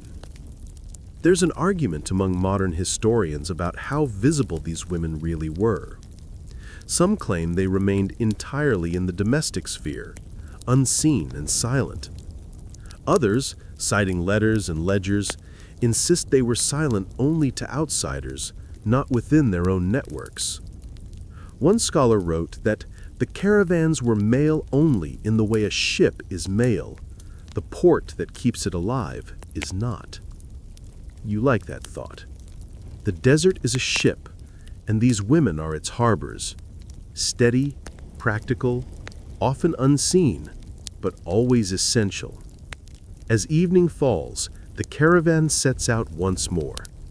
The men wave goodbye to the women at the gate, their silhouettes framed in red dust and fading sunlight. You can't tell whether the emotion in their faces is love, dependence, or gratitude. Perhaps all three. The camels groan as they begin to move, bells chiming softly. The women watch until the figures disappear into the dunes, then turn calmly back to their ledgers and baskets. Their work never stops. It simply changes shape. And as you walk into the darkening sand once more, you think of Yasira, the star reader, of the nameless accountant counting sacks in silence, of every invisible hand that made the desert bloom with commerce. Empires might have been built by men, but they were balanced by women's arithmetic. The dunes swallow the city behind you. The stars return above. Somewhere far away, another group of women prepares for dawn, ready to greet the next caravan. The cycle continues, measured, eternal, quiet. The stars are high again by the time the next campfire burns low. You sit cross-legged in the cooling sand, half asleep, listening to the last coals hiss and sigh. Around you, the traders have fallen silent, each wrapped in a blanket, faces lit faintly by moonlight. The night feels almost merciful, soft wind, no sound but breathing. It's easy to forget that every comfort here is borrowed from danger. The desert never truly forgives. It just offers a temporary truce. That truce depends on timing, on knowing exactly when to move, when to rest, and when to sell. Coins melt at noon, one old merchant says suddenly, as if plucking the thought from the night itself. You smile, not sure what he means. He gestures toward the horizon. Profit lives in the shadow. Only fools chase it in the sun. He's right. Out here, survival and economics are inseparable. Walk too late, and heat destroys both body and cargo. Arrive too early, and you miss the market's prime. Every decision is a calculation between life and loss. The desert is not only a test of endurance, it's a lesson in economics under pressure. During daylight, the sand becomes a slow fire. Spices spoil, resins soften, metal coins burn fingers. Traders learned to price goods not just by distance or rarity, but by temperature. A caravan delayed 2 days could lose half its fortune to the sun's invisible tax. So they learned precision the way sailors learned tides. The moon, not the calendar, was their accountant. Silver light replaced ledgers. Traders timed departures by lunar brightness, ensuring each journey had enough illumination to last between oases. A full moon departure meant safer travel and, superstition aside, better profit margins. Every star was a deadline. You ask one of the younger traders how they calculate value out here. He smiles, drawing lines in the sand. Weight, distance, thirst, he says. That's the real math. How heavy a sack, how far a well, how thirsty a man. Then he smooths the lines away with his palm as if deleting a secret. There's poetry in that logic, economy woven into survival. The desert doesn't allow extravagance. Every coin, every drop of water, every grain of cargo must justify its place. A single jar of frankincense may be worth 100 amphorae of wine, but only if it arrives intact. So traders became masters of minimalism long before the word existed. Some scholars say these routes created the world's first just-in-time system. Nothing wasted, nothing stored longer than necessary. Even the camels were part of the equation, living vaults, converting fat into endurance, their very bodies protecting the merchandise.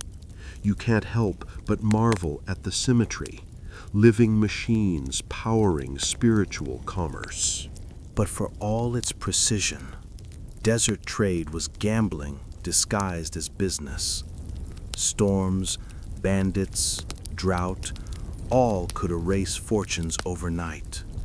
To walk beneath the stars was to bet your life against probability. Every traveler knew at least one man who never returned, and yet they kept walking, because the reward was too intoxicating. Silver, silk, the smell of burned myrrh in a foreign temple, the proof that effort could outwit nature, at least for a season. The old merchant breaks your reverie again. "You know why we walk at night?" he asks. You answer automatically, "To avoid the heat." He shakes his head.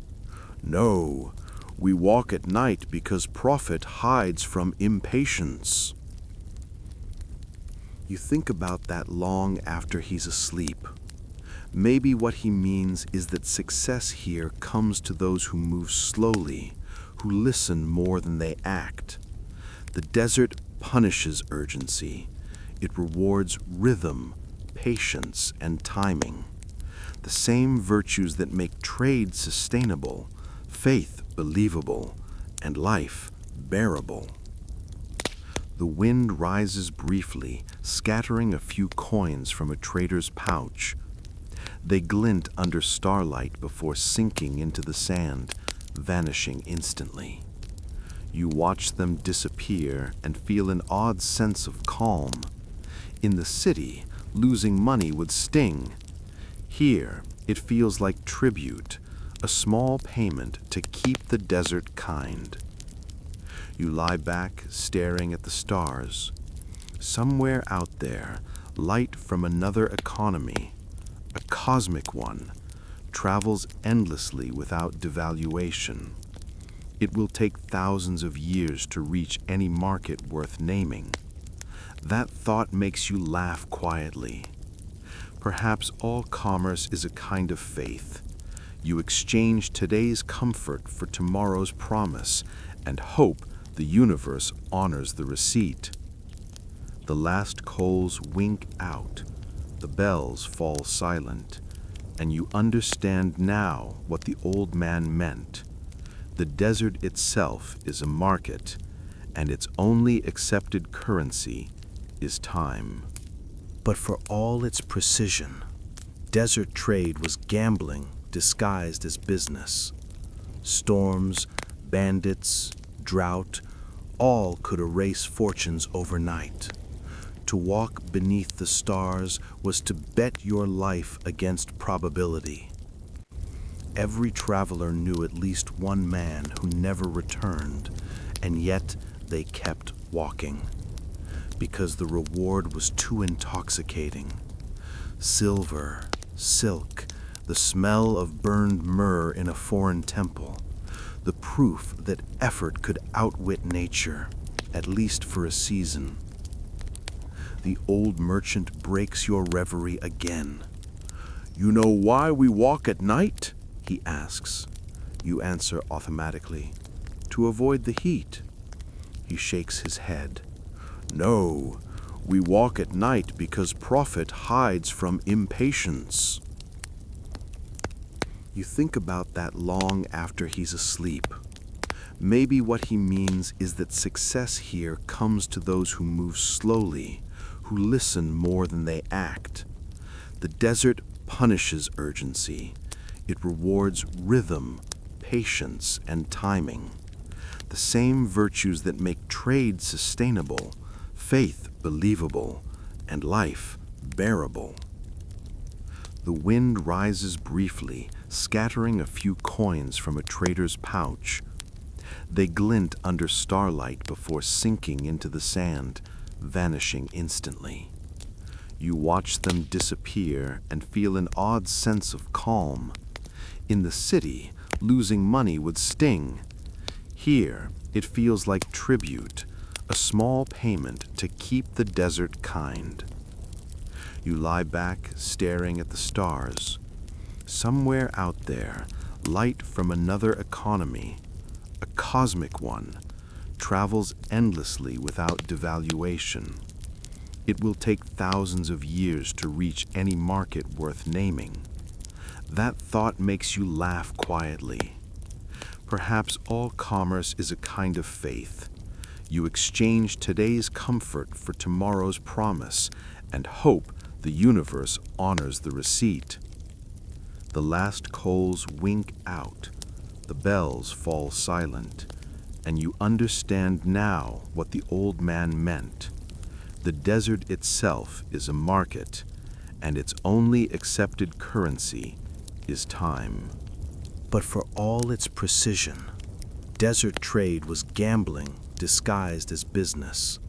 Storms, bandits, drought, all could erase fortunes overnight. To walk beneath the stars was to bet your life against probability. every traveler knew at least one man who never returned, and yet they kept walking, because the reward was too intoxicating. Silver, silk, the smell of burned myrrh in a foreign temple, the proof that effort could outwit nature, at least for a season. The old merchant breaks your reverie again. "You know why we walk at night?" he asks. You answer automatically, "To avoid the heat." He shakes his head. "No, we walk at night because profit hides from impatience." You think about that long after he's asleep. Maybe what he means is that success here comes to those who move slowly, who listen more than they act. The desert punishes urgency. It rewards rhythm, patience, and timing.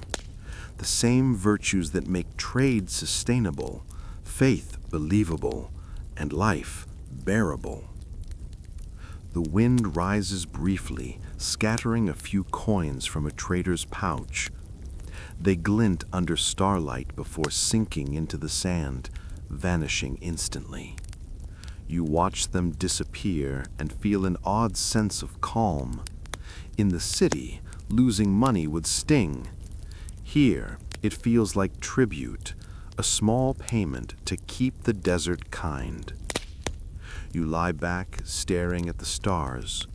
Somewhere out there, light from another economy, a cosmic one, travels endlessly without devaluation. It will take thousands of years to reach any market worth naming.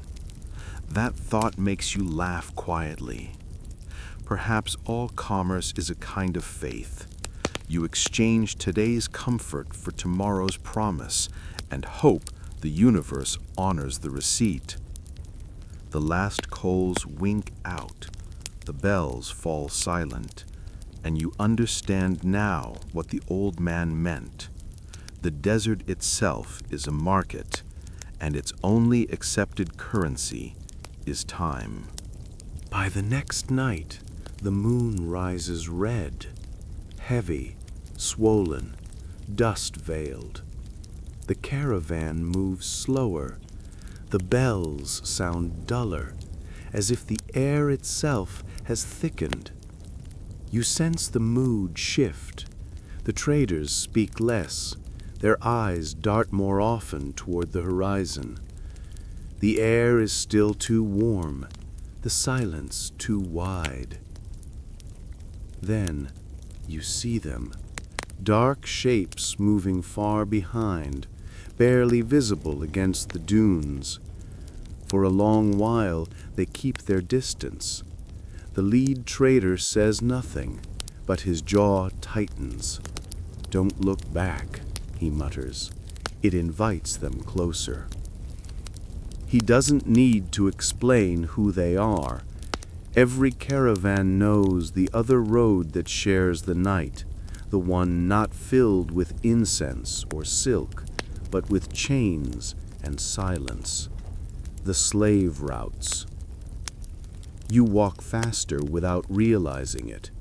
The shapes behind remain, always just near enough to unsettle, never close enough to confront. Eventually they veer east, swallowed by a low valley.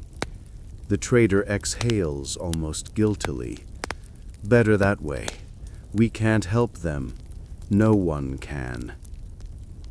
It's an ugly truth that most old empires built their beauty on someone else's endurance.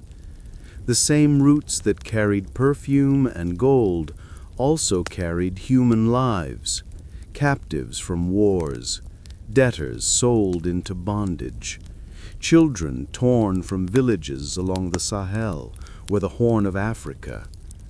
The desert, impartial as always, offered its silence to all travelers, free or chained.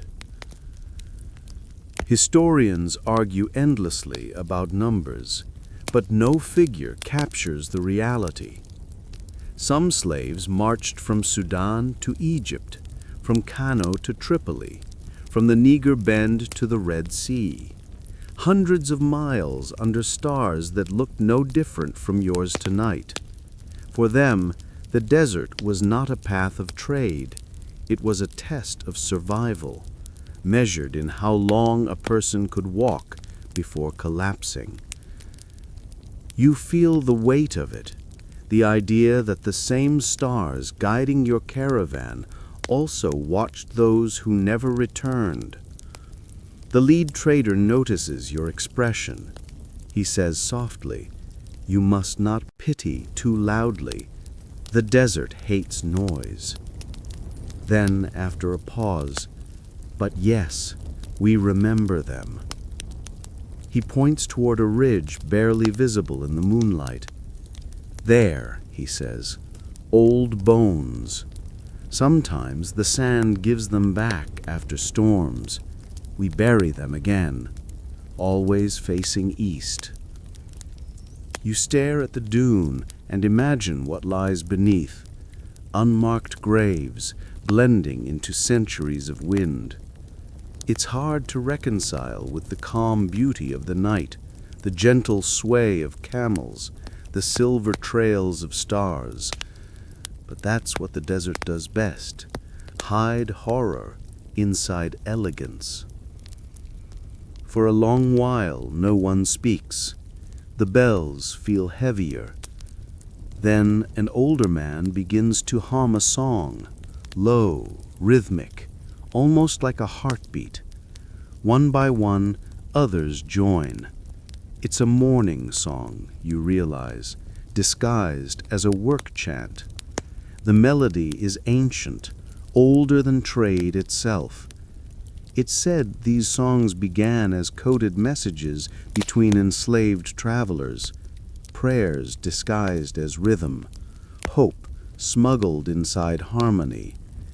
The tune has no words left, just breath and tone, but it fills the space between dunes like a kind of fragile mercy. Modern scholars sometimes dismiss such accounts as romantic invention. They point to the lack of written proof, but proof is a luxury the voiceless rarely leave behind. Out here, memory is the monument. You think of all the footprints erased by wind, all the stories swallowed by sand, all the faces that vanished but whose steps still echo under every caravan's tread. The traders walk softly not only because of heat, but because of ghosts. After a while, the song fades. The men walk on. The desert accepts the silence again, smooth and endless. You feel a strange mix of sorrow and reverence. These roots built civilizations, yes, but they also carried grief across continents. Every coin in the market, every jewel in a temple might have been carried once by someone who didn't choose to walk. The lead trader finally breaks the silence. He says, "The desert is fair. It kills all the same, merchant or slave. Only difference is who is remembered." You nod, unsure whether that's comfort or confession. Ahead, dawn glows faintly. The caravan slows as if reluctant to reach morning. The red moon fades to pale gray, and the dunes regain their harmless, innocent look. But you know better now. The sand remembers everything. It just refuses to explain. When the first light touches the horizon, the trader whispers a brief prayer. You don't understand the words, but the tone is clear.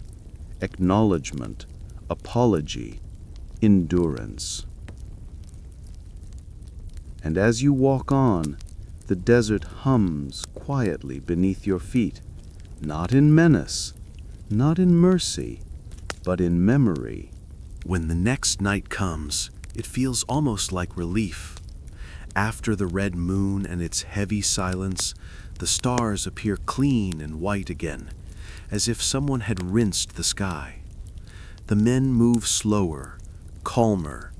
The bells regain their rhythm. You can sense something lighter in the air, a need to heal, to fill the void the previous night carved open. It starts with a whisper, then a hum. One trader begins to sing. At first, it's just a melody of repetition, 3 notes, then a pause. Another voice joins, then another, until the whole caravan seems to breathe the same song. The camel's steps fall into rhythm. The bells sync perfectly. The music isn't loud. It floats just above the sand, blending with wind and heartbeat.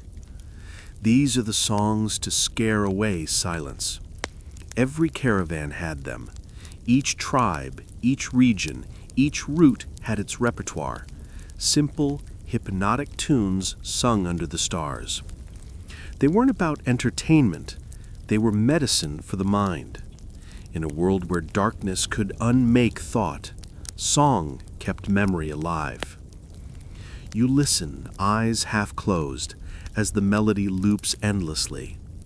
It's part lullaby, part prayer, part timekeeper. The lyrics are ancient Arabic and fragments of something older, words that don't need translation to mean comfort. One verse catches your ear. The wind is my witness, the dune my companion, the night my shield, the star my guide. It repeats until it feels like the pulse of the earth itself. There's laughter between verses, soft, sleepy, contagious. Someone claps twice, another answers with a joke about camels refusing to harmonize. Even the animals seem to respond, groaning in long notes that blend unintentionally into the melody. It's absurd and beautiful, like a choir of gods and grumps. The songs change mood with each hour. Early night brings work chants to set pace. Midnight calls for slow, droning tunes that hypnotize the weary. Near dawn they turn joyous again, thankful hymns to have survived another crossing. Anthropologists who once recorded these tunes called them functional folklore. Psychologists today would call them group regulation, a way to synchronize breath, motion, emotion. But for the traders, it was simpler. Song kept fear from multiplying in the dark. You begin to notice how the lyrics encode information too. Some verses describe safe valleys, good wells, or warnings disguised as poetry. Where the moon stands crooked, the well runs dry. Where the stars dance double, thieves may lie. These weren't just songs. They were living maps sung across generations. To forget a verse was to lose a road. The trader beside you grins when he sees your fascination. He says, "Every dune has a song. If you sing right, it won't swallow you." You laugh, but the idea stays with you. Maybe music was the desert's language, the one form of communication that didn't need paper, ink, or even sight. In a place that erases everything else, sound becomes permanence. The tune shifts again, livelier now. A tambourine appears from somewhere, a dented metal ring wrapped in leather.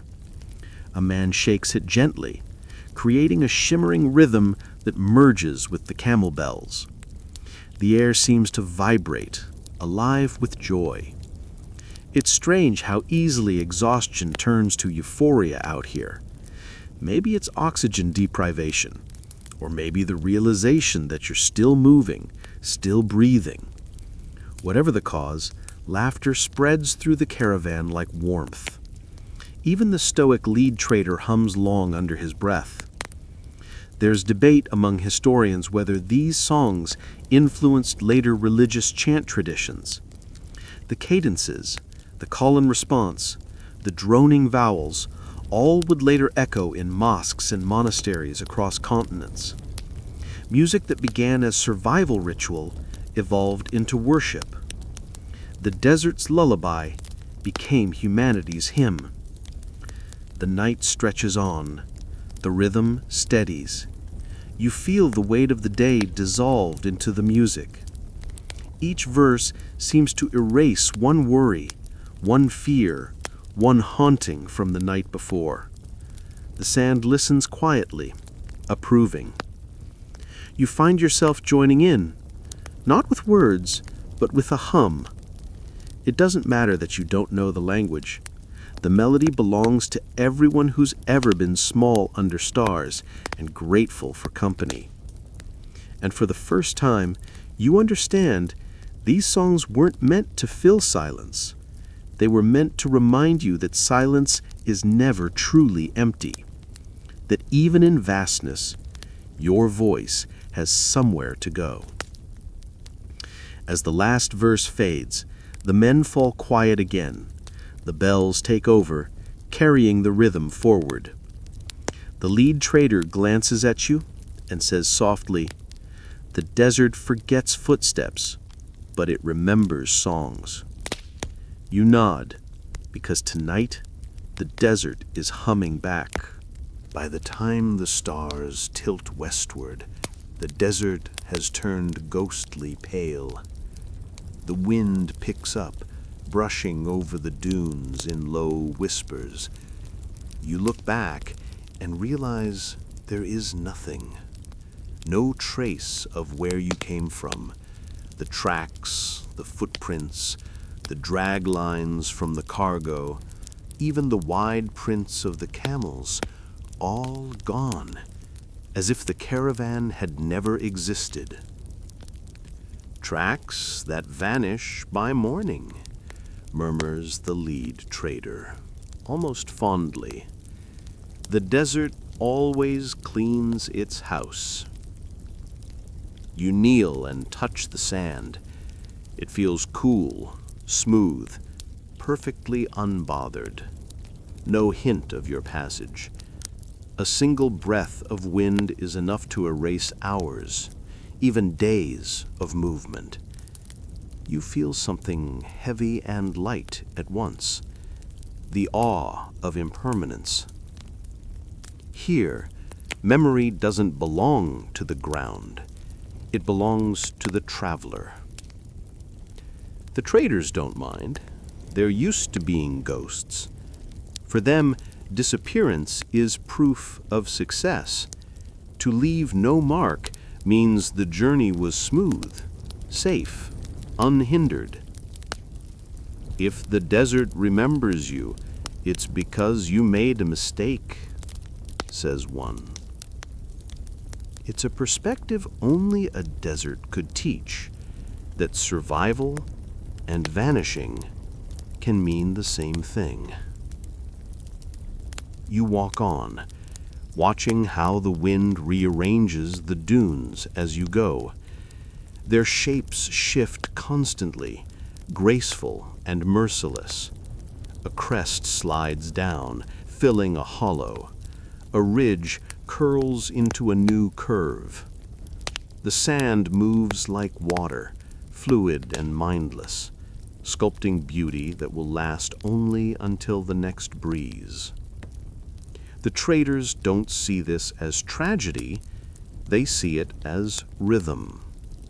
Every erasure is an invitation to begin again. Every vanishing trail, a reminder that nothing here truly belongs to you, not even your story. A younger man sighs behind you. When I was a boy, I thought the desert hated us.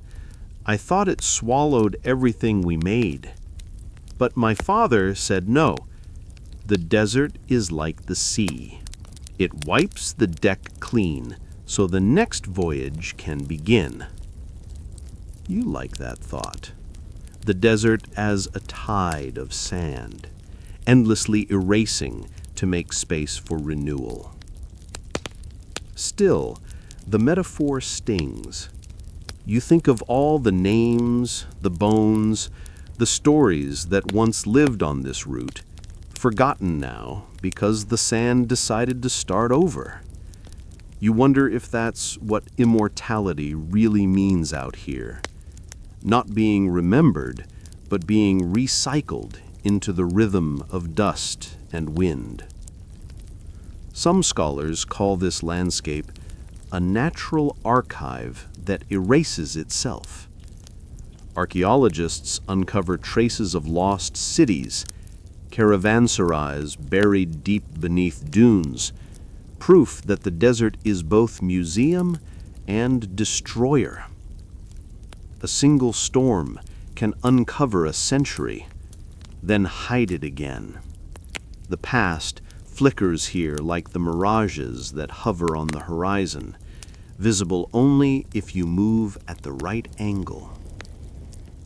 The trader beside you kicks gently at the sand. He says, "Every dawn is a new map. That's why we never trust yesterday." It sounds fatalistic, but it's also liberating. Without footprints, there's no guilt, no regret. The desert offers everyone the same gift, forgetting. That's why so many people throughout history came here to start over. Escaped slaves, broken merchants, exiles, prophets. The desert doesn't care about your past. It erases it automatically. You catch yourself thinking how modern life could use a bit of that mercy. Cities remember too much. Records, mistakes, histories etched in stone and steel. Out here, the sand teaches forgiveness through amnesia. As the sun begins to rise, the dunes glow pink and gold again. You look behind one last time. Still, nothing. The wind has completed its work. Only the faint bell of the last camel proves you're not a dream. For a moment, the caravan pauses at the top of a ridge. The lead trader points west, where the tracks fade into light. He says, "That's yesterday." Then he points forward, where the sand lies smooth and untouched. That's everything else. You nod. There's comfort in the simplicity of it. To live like a desert traveler is to accept that permanence is overrated, that beauty exists in motion, not monument. As the caravan descends again, the sand swirls briefly behind you, erasing even your shadow. It feels like an ending, but also a promise. You are part of the pattern now, a step, a breath, a song the wind will keep reshaping long after you're gone. The desert never says goodbye. It just exhales. Dawn returns with a kind of quiet radiance that only the desert understands. Soft light spreading across endless gold. The caravan crests another ridge, and far ahead you see something unexpected. Towers, domes, and a faint shimmer of green. Not just an oasis this time, but a crossroad, a place where faiths meet like rivers joining the same sea. "Welcome to the city of prayers," says the lead trader. "Here, every god has a tent." You smile, thinking he's exaggerating, until you draw closer. The air hums differently here. At one end of the market, you hear the muezzin's call. Slow, melodic, unhurried. Just beyond it, a group of men in simple robes light incense before a carved stone, chanting in Hebrew. A few streets away, a tiny chapel rings its single bronze bell, its priest adjusting his robe against the sun. The sounds overlap like woven cloth, faith layered over faith, harmony built out of difference. This is what the desert did best. It didn't divide, it connected. Caravans didn't just trade goods, they traded beliefs, stories, prayers. The same wind that carried the smell of frankincense also carried scripture, poetry, myth. In one corner of the bazaar, a man with henned hands sells parchment scrolls filled with verses in Greek, Aramaic, and Arabic. All from the same God, he insists cheerfully. He just enjoys translation. You laugh, but his words linger. The desert, for all its cruelty, is a perfect equalizer. Under the same stars, prophets and merchants shared thirst, exhaustion, and awe. You can't cling to superiority when the same sand can swallow you both by morning. You follow the traders into a shaded courtyard where travelers pray before continuing their journeys. The floor is bare stone, cool underfoot. No icons, no decorations, just space, silence, and wind. A group of Muslims faces east. Behind them, a Jewish merchant bows over his own prayer book, and in a corner, a Christian pilgrim kneels with his cross. No one interrupts the others. The prayers sound like variations on a single melody. The desert doesn't care which name you use for God, and maybe that's the point. Out here, faith must be portable, like water, carried lightly, shared freely. One of the older traders tells you a story about a monk who once joined a caravan for safety. Each night he prayed alone, and the Muslims teased him gently. "Does your God hear you here, among pagans and wanderers?" The monk smiled and said, "We hear him all, louder here. There's less noise." Everyone laughed, but no one argued.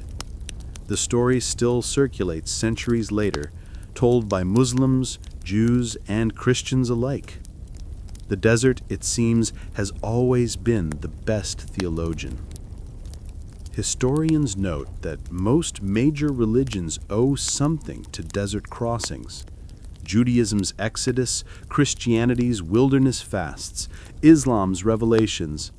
It makes sense. Silence this vast demands conversation with something greater than yourself. Out here, faith isn't an institution, it's a survival instinct. You watch as a trader pours water from his flask into a stone basin. For the birds, he explains simply.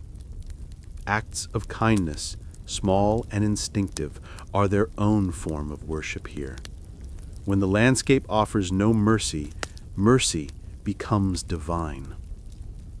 At dusk, the courtyard fills with music again. Pilgrims and merchants gather with lanterns, exchanging blessings instead of bargains. You catch fragments of languages mixing shalom, salam, peace.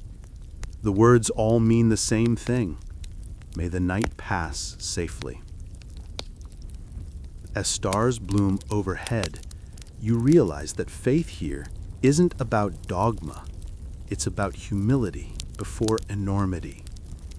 Every creed born from the desert carries traces of it. Simplicity, patience, gratitude, and a healthy fear of silence. The trader beside you places a hand on your shoulder. "We argue in the cities," he says. "Out here, we agree, at least until sunrise." You look up at the stars, those eternal witnesses to human longing. Each twinkles like a prayer written in light. You think of all the travelers before you, prophets, philosophers, fugitives, walking these same sands, asking the same questions. Why am I here? Who is listening? The desert never answers. It doesn't need to. It simply gives you the space to hear your own echo, clearly enough to mistake it for the divine. When you finally lie down to rest, the wind hums through the palm leaves, carrying snatches of chant and prayer. You close your eyes and feel something like peace. Not the peace of certainty, but the peace of surrender. Under this endless sky, every belief finds the same horizon, and every traveler, no matter their creed, walks towards it in silence. By the next moon, the horizon changes again, not into a city or a shrine, but into something both new and familiar. A rail line cutting through the dunes, shimmering like a dark scar of iron. The camels hesitate, snorting uneasily. The traders fall quiet. Even the wind seems to pause, confused by this straight, gleaming thing that refuses to bend with the land. The end of the camel age, says the lead trader softly. His voice is not bitter, just tired. You stand with him, staring at the rails stretching endlessly east to west. They look almost arrogant, as if daring the desert to erase them. A distant whistle breaks the silence, a train moving through the sand, heavy and loud, dragging its own mirage of smoke. The ground trembles faintly beneath your feet. It's strange to think that the same roots carved by stars and footsteps will soon be traced by steel and schedules.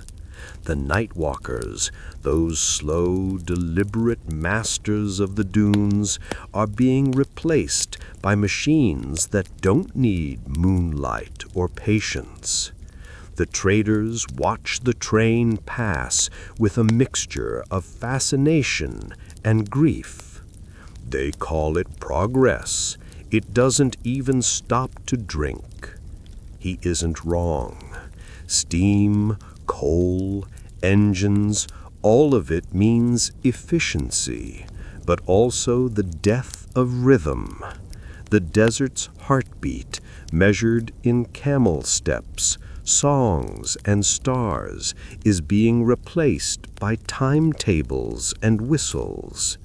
You feel the weight of that transformation, the end of an entire way of knowing the world. Historians later call this the age of compression. What once took months now took days. Spices, silk, salt, all carried in wagons instead of on backs. The caravans, once the arteries of civilization, became relics. Some traders found work with the rail companies as guides or guards. Others faded quietly into memory, their songs unsung, their bells unrung. You walk beside the lead trader as he watches smoke drift into the evening sky. The desert will outlive that, he says finally. Metal melts, stars don't. He gestures toward the dunes where faint tracks from your own caravan already blur under wind. We walked light, he adds. They drag heavy. The desert will teach them too. There's something profound in his calm acceptance. The caravan world was always built on impermanence. Its people understood that survival meant adaptation. But seeing the old rhythm break still feels like betrayal, like watching silence get replaced by speed. You ask if he'll ever take the train. He shakes his head. Too fast, he says. The soul can't catch up. That night, the caravan camps near the tracks. The sound of distant trains echoes through the dunes, metallic, unnatural, but not entirely unfriendly. The camels fidget, unused to the noise. Someone hums an old walking song, perhaps to remind the desert who it once belonged to. Around the fire, talk turns to memory. The youngest trader asks, "When people stop walking, will the stars forget us?" The old man smiles. "No," he says, "the stars don't care who watches, but the desert will miss our voices." You lie awake, listening to both worlds, the old one and the new one, overlapping in the night. The whistle of the train fades, replaced by the familiar creak of leather and soft breathing of animals. For now, the two coexist uneasily, like generations sharing a long goodbye.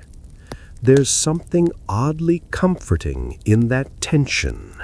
Change, after all, is just another kind of journey. The rails, in their straight defiance, are only a new form of pilgrimage. Faster, louder, but still drawn by the same ancient hunger to connect. Still, you can't shake the feeling that something precious is slipping quietly away. The slowness, the ceremony, the sacred patience of walking beneath stars, the kind of travel that let thoughts ripen, that gave the soul time to match the body's pace. As you drift toward sleep, you imagine a day when the last caravan disappears entirely, its routes paved over, its songs forgotten. Yet even then, you know the desert will remember, just long enough for the wind to hum a few notes of an old tune before erasing it again. The iron road may outlast the camels, but not the silence. The desert has infinite patience. It always wins by waiting. You wake to a glow unlike any you've seen before. Electric, not celestial. The horizon flickers with neon, not stars. A line of trucks rolls in the distance, headlights cutting across the dunes like restless constellations. The modern desert hums now, its silence broken by engines and radios. Echoes beneath neon skies, the trader beside you mutters. Even the stars have competitors. It's true. Where once caravans measured time by moonlight, now glass towers rise from old caravanserai sites. Dubai, Riyadh, Doha, cities born from the same sand that swallowed kingdoms. Yet their rhythm is familiar. Trade, movement, the eternal hunger for connection. Humans never stopped walking. They just switched their shoes. You stand by the highway as a truck thunders past, carrying oil barrels where camels once bore incense. The smell is different, diesel instead of frankincense, but the purpose is the same: exchange, profit, survival. A driver honks cheerfully, waves, then vanishes into the heat haze, leaving behind the scent of exhaust and a question. Are we so different from them? You ask aloud. The old traitor smiles. No, he says, we just travel louder now. He's right. The night walking continues, just in new forms. Highways lit like veins across the earth. Planes streaking silver trails above the old routes. Satellites tracing paths once followed by caravans of stars. Humanity still moves at night, still chasing the cool hours when the world feels gentler. You wander through a gas station built near an ancient well. Inside, a young clerk scrolls on his phone, oblivious to the centuries beneath his feet. The tiles gleam where camels once knelt. A coffee machine hums where once fires burned incense. You buy a cup, take a sip. It's too hot, too bitter, and you can't help but laugh softly. Even caffeine, you think, is just the modern version of patience. Outside, neon light reflects off the dunes, painting them pink and blue. The wind hums faintly, just as it did in the days of bells and song. You close your eyes and listen carefully. Beneath the electric buzz, beneath the distant roar of engines, there's still that low, familiar note, the sound of sand moving, whispering, remembering. People think progress drowns silence, but the desert never stops listening. He gestures toward the city lights flickering in the distance. All those towers, he says, built on footsteps that vanished by morning. They don't know, but every foundation touches our road. You realize he's right. Beneath every skyscraper, beneath every runway, somewhere under all that glass and steel, lie the bones of old caravan routes, lines drawn first by stars, not surveyors. The world has simply paved over its memory. A truck honked again, the sound echoing strangely across the open plain. For a heartbeat, it almost sounds like a camel bell. The traitor grins. Still music, he says, just faster. As darkness falls again, the city lights mimic the old constellations. Orion reimagined in LEDs, the Milky Way reborn as traffic. Humanity, it seems, can't stop trying to remake the heavens on Earth. You can't decide if it's arrogance or nostalgia. Maybe both. You find a hill away from the noise and sit quietly. The night air is warm, familiar. Somewhere far beyond the neon, the real stars burn on, unchanged and indifferent. You feel the same calm that the first traders must have felt, that fragile balance between insignificance and belonging.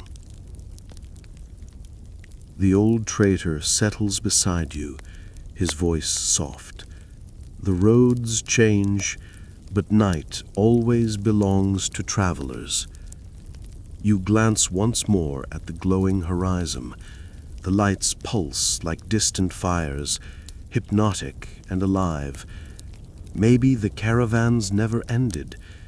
Maybe they just became data, fuel, signals, modern pilgrims carrying energy instead of incense, code instead of silk.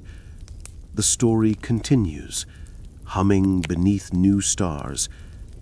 The wind picks up, tugging at your robe, and carrying with it a faint trace of dust and something sweeter, something ancient. You inhale, and swear for just an instant you smell frankincense again. You smile. The desert remembers. The night is almost over now. The stars fade one by one, swallowed by the first gray light of dawn. The last stretch of road feels quieter than any before it, as though the desert itself knows this is goodbye. The caravan slows naturally, the camel's footsteps falling into that final, familiar rhythm, steady, patient, eternal. The last watch before dawn, the lead trader says, voice low and gentle. His eyes are fixed on the horizon where the light begins to bleed upward, gold into blue. This is the hour when even the sand sleeps. You walk beside him, listening to the soft jingle of bells. There's no hurry now. Everything feels suspended. Time, sound, even thought. The dunes glow faintly pink, their edges traced in silver. The air is cold enough to sting, yet you feel something like warmth in your chest. It's strange. After all these nights, the desert no longer feels empty. You can sense it breathing, a vast, calm creature that has carried your footsteps without judgment. It has shown you cruelty and beauty, silence and song, erasure and memory. And now, as it prepares to release you, it feels almost tender. The trader speaks again, so quietly you almost miss it. He says, "We walk at night, so the sun can never own us."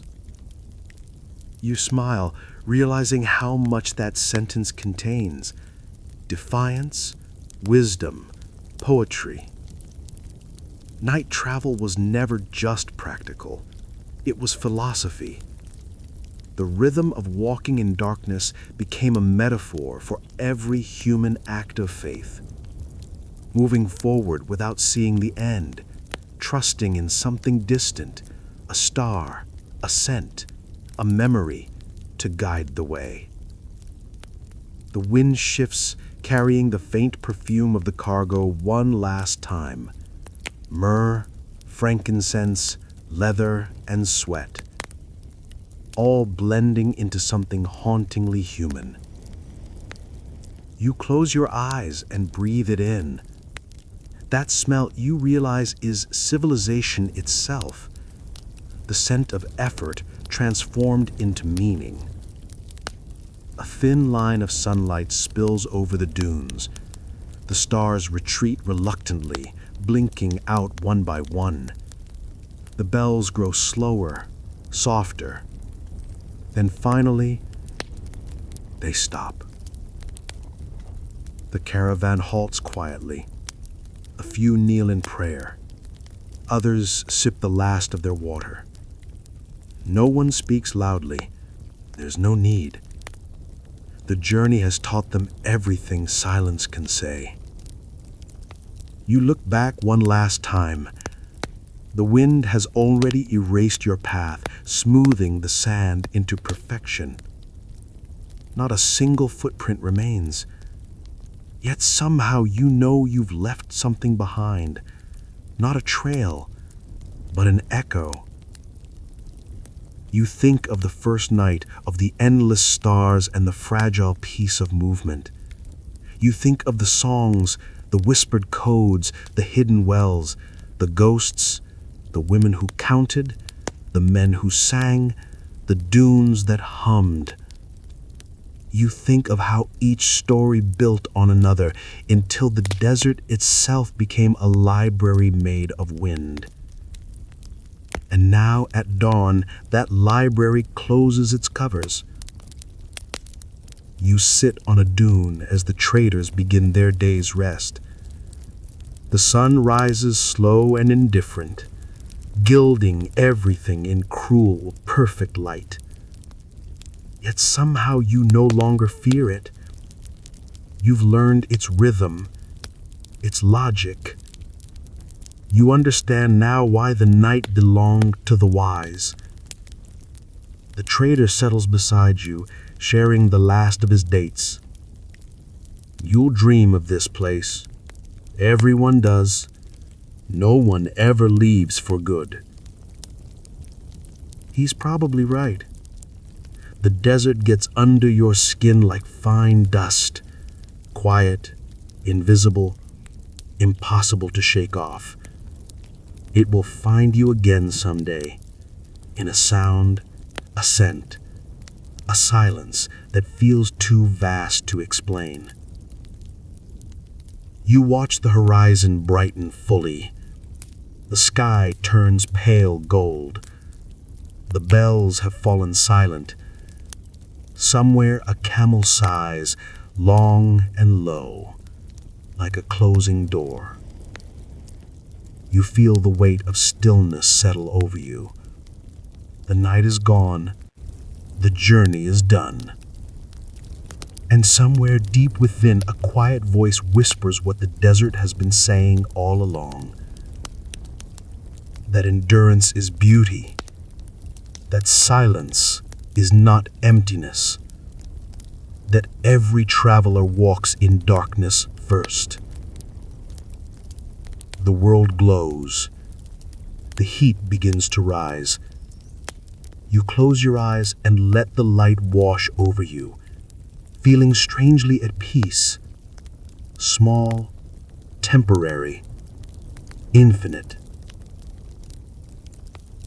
The desert exhales once more, and everything falls into stillness.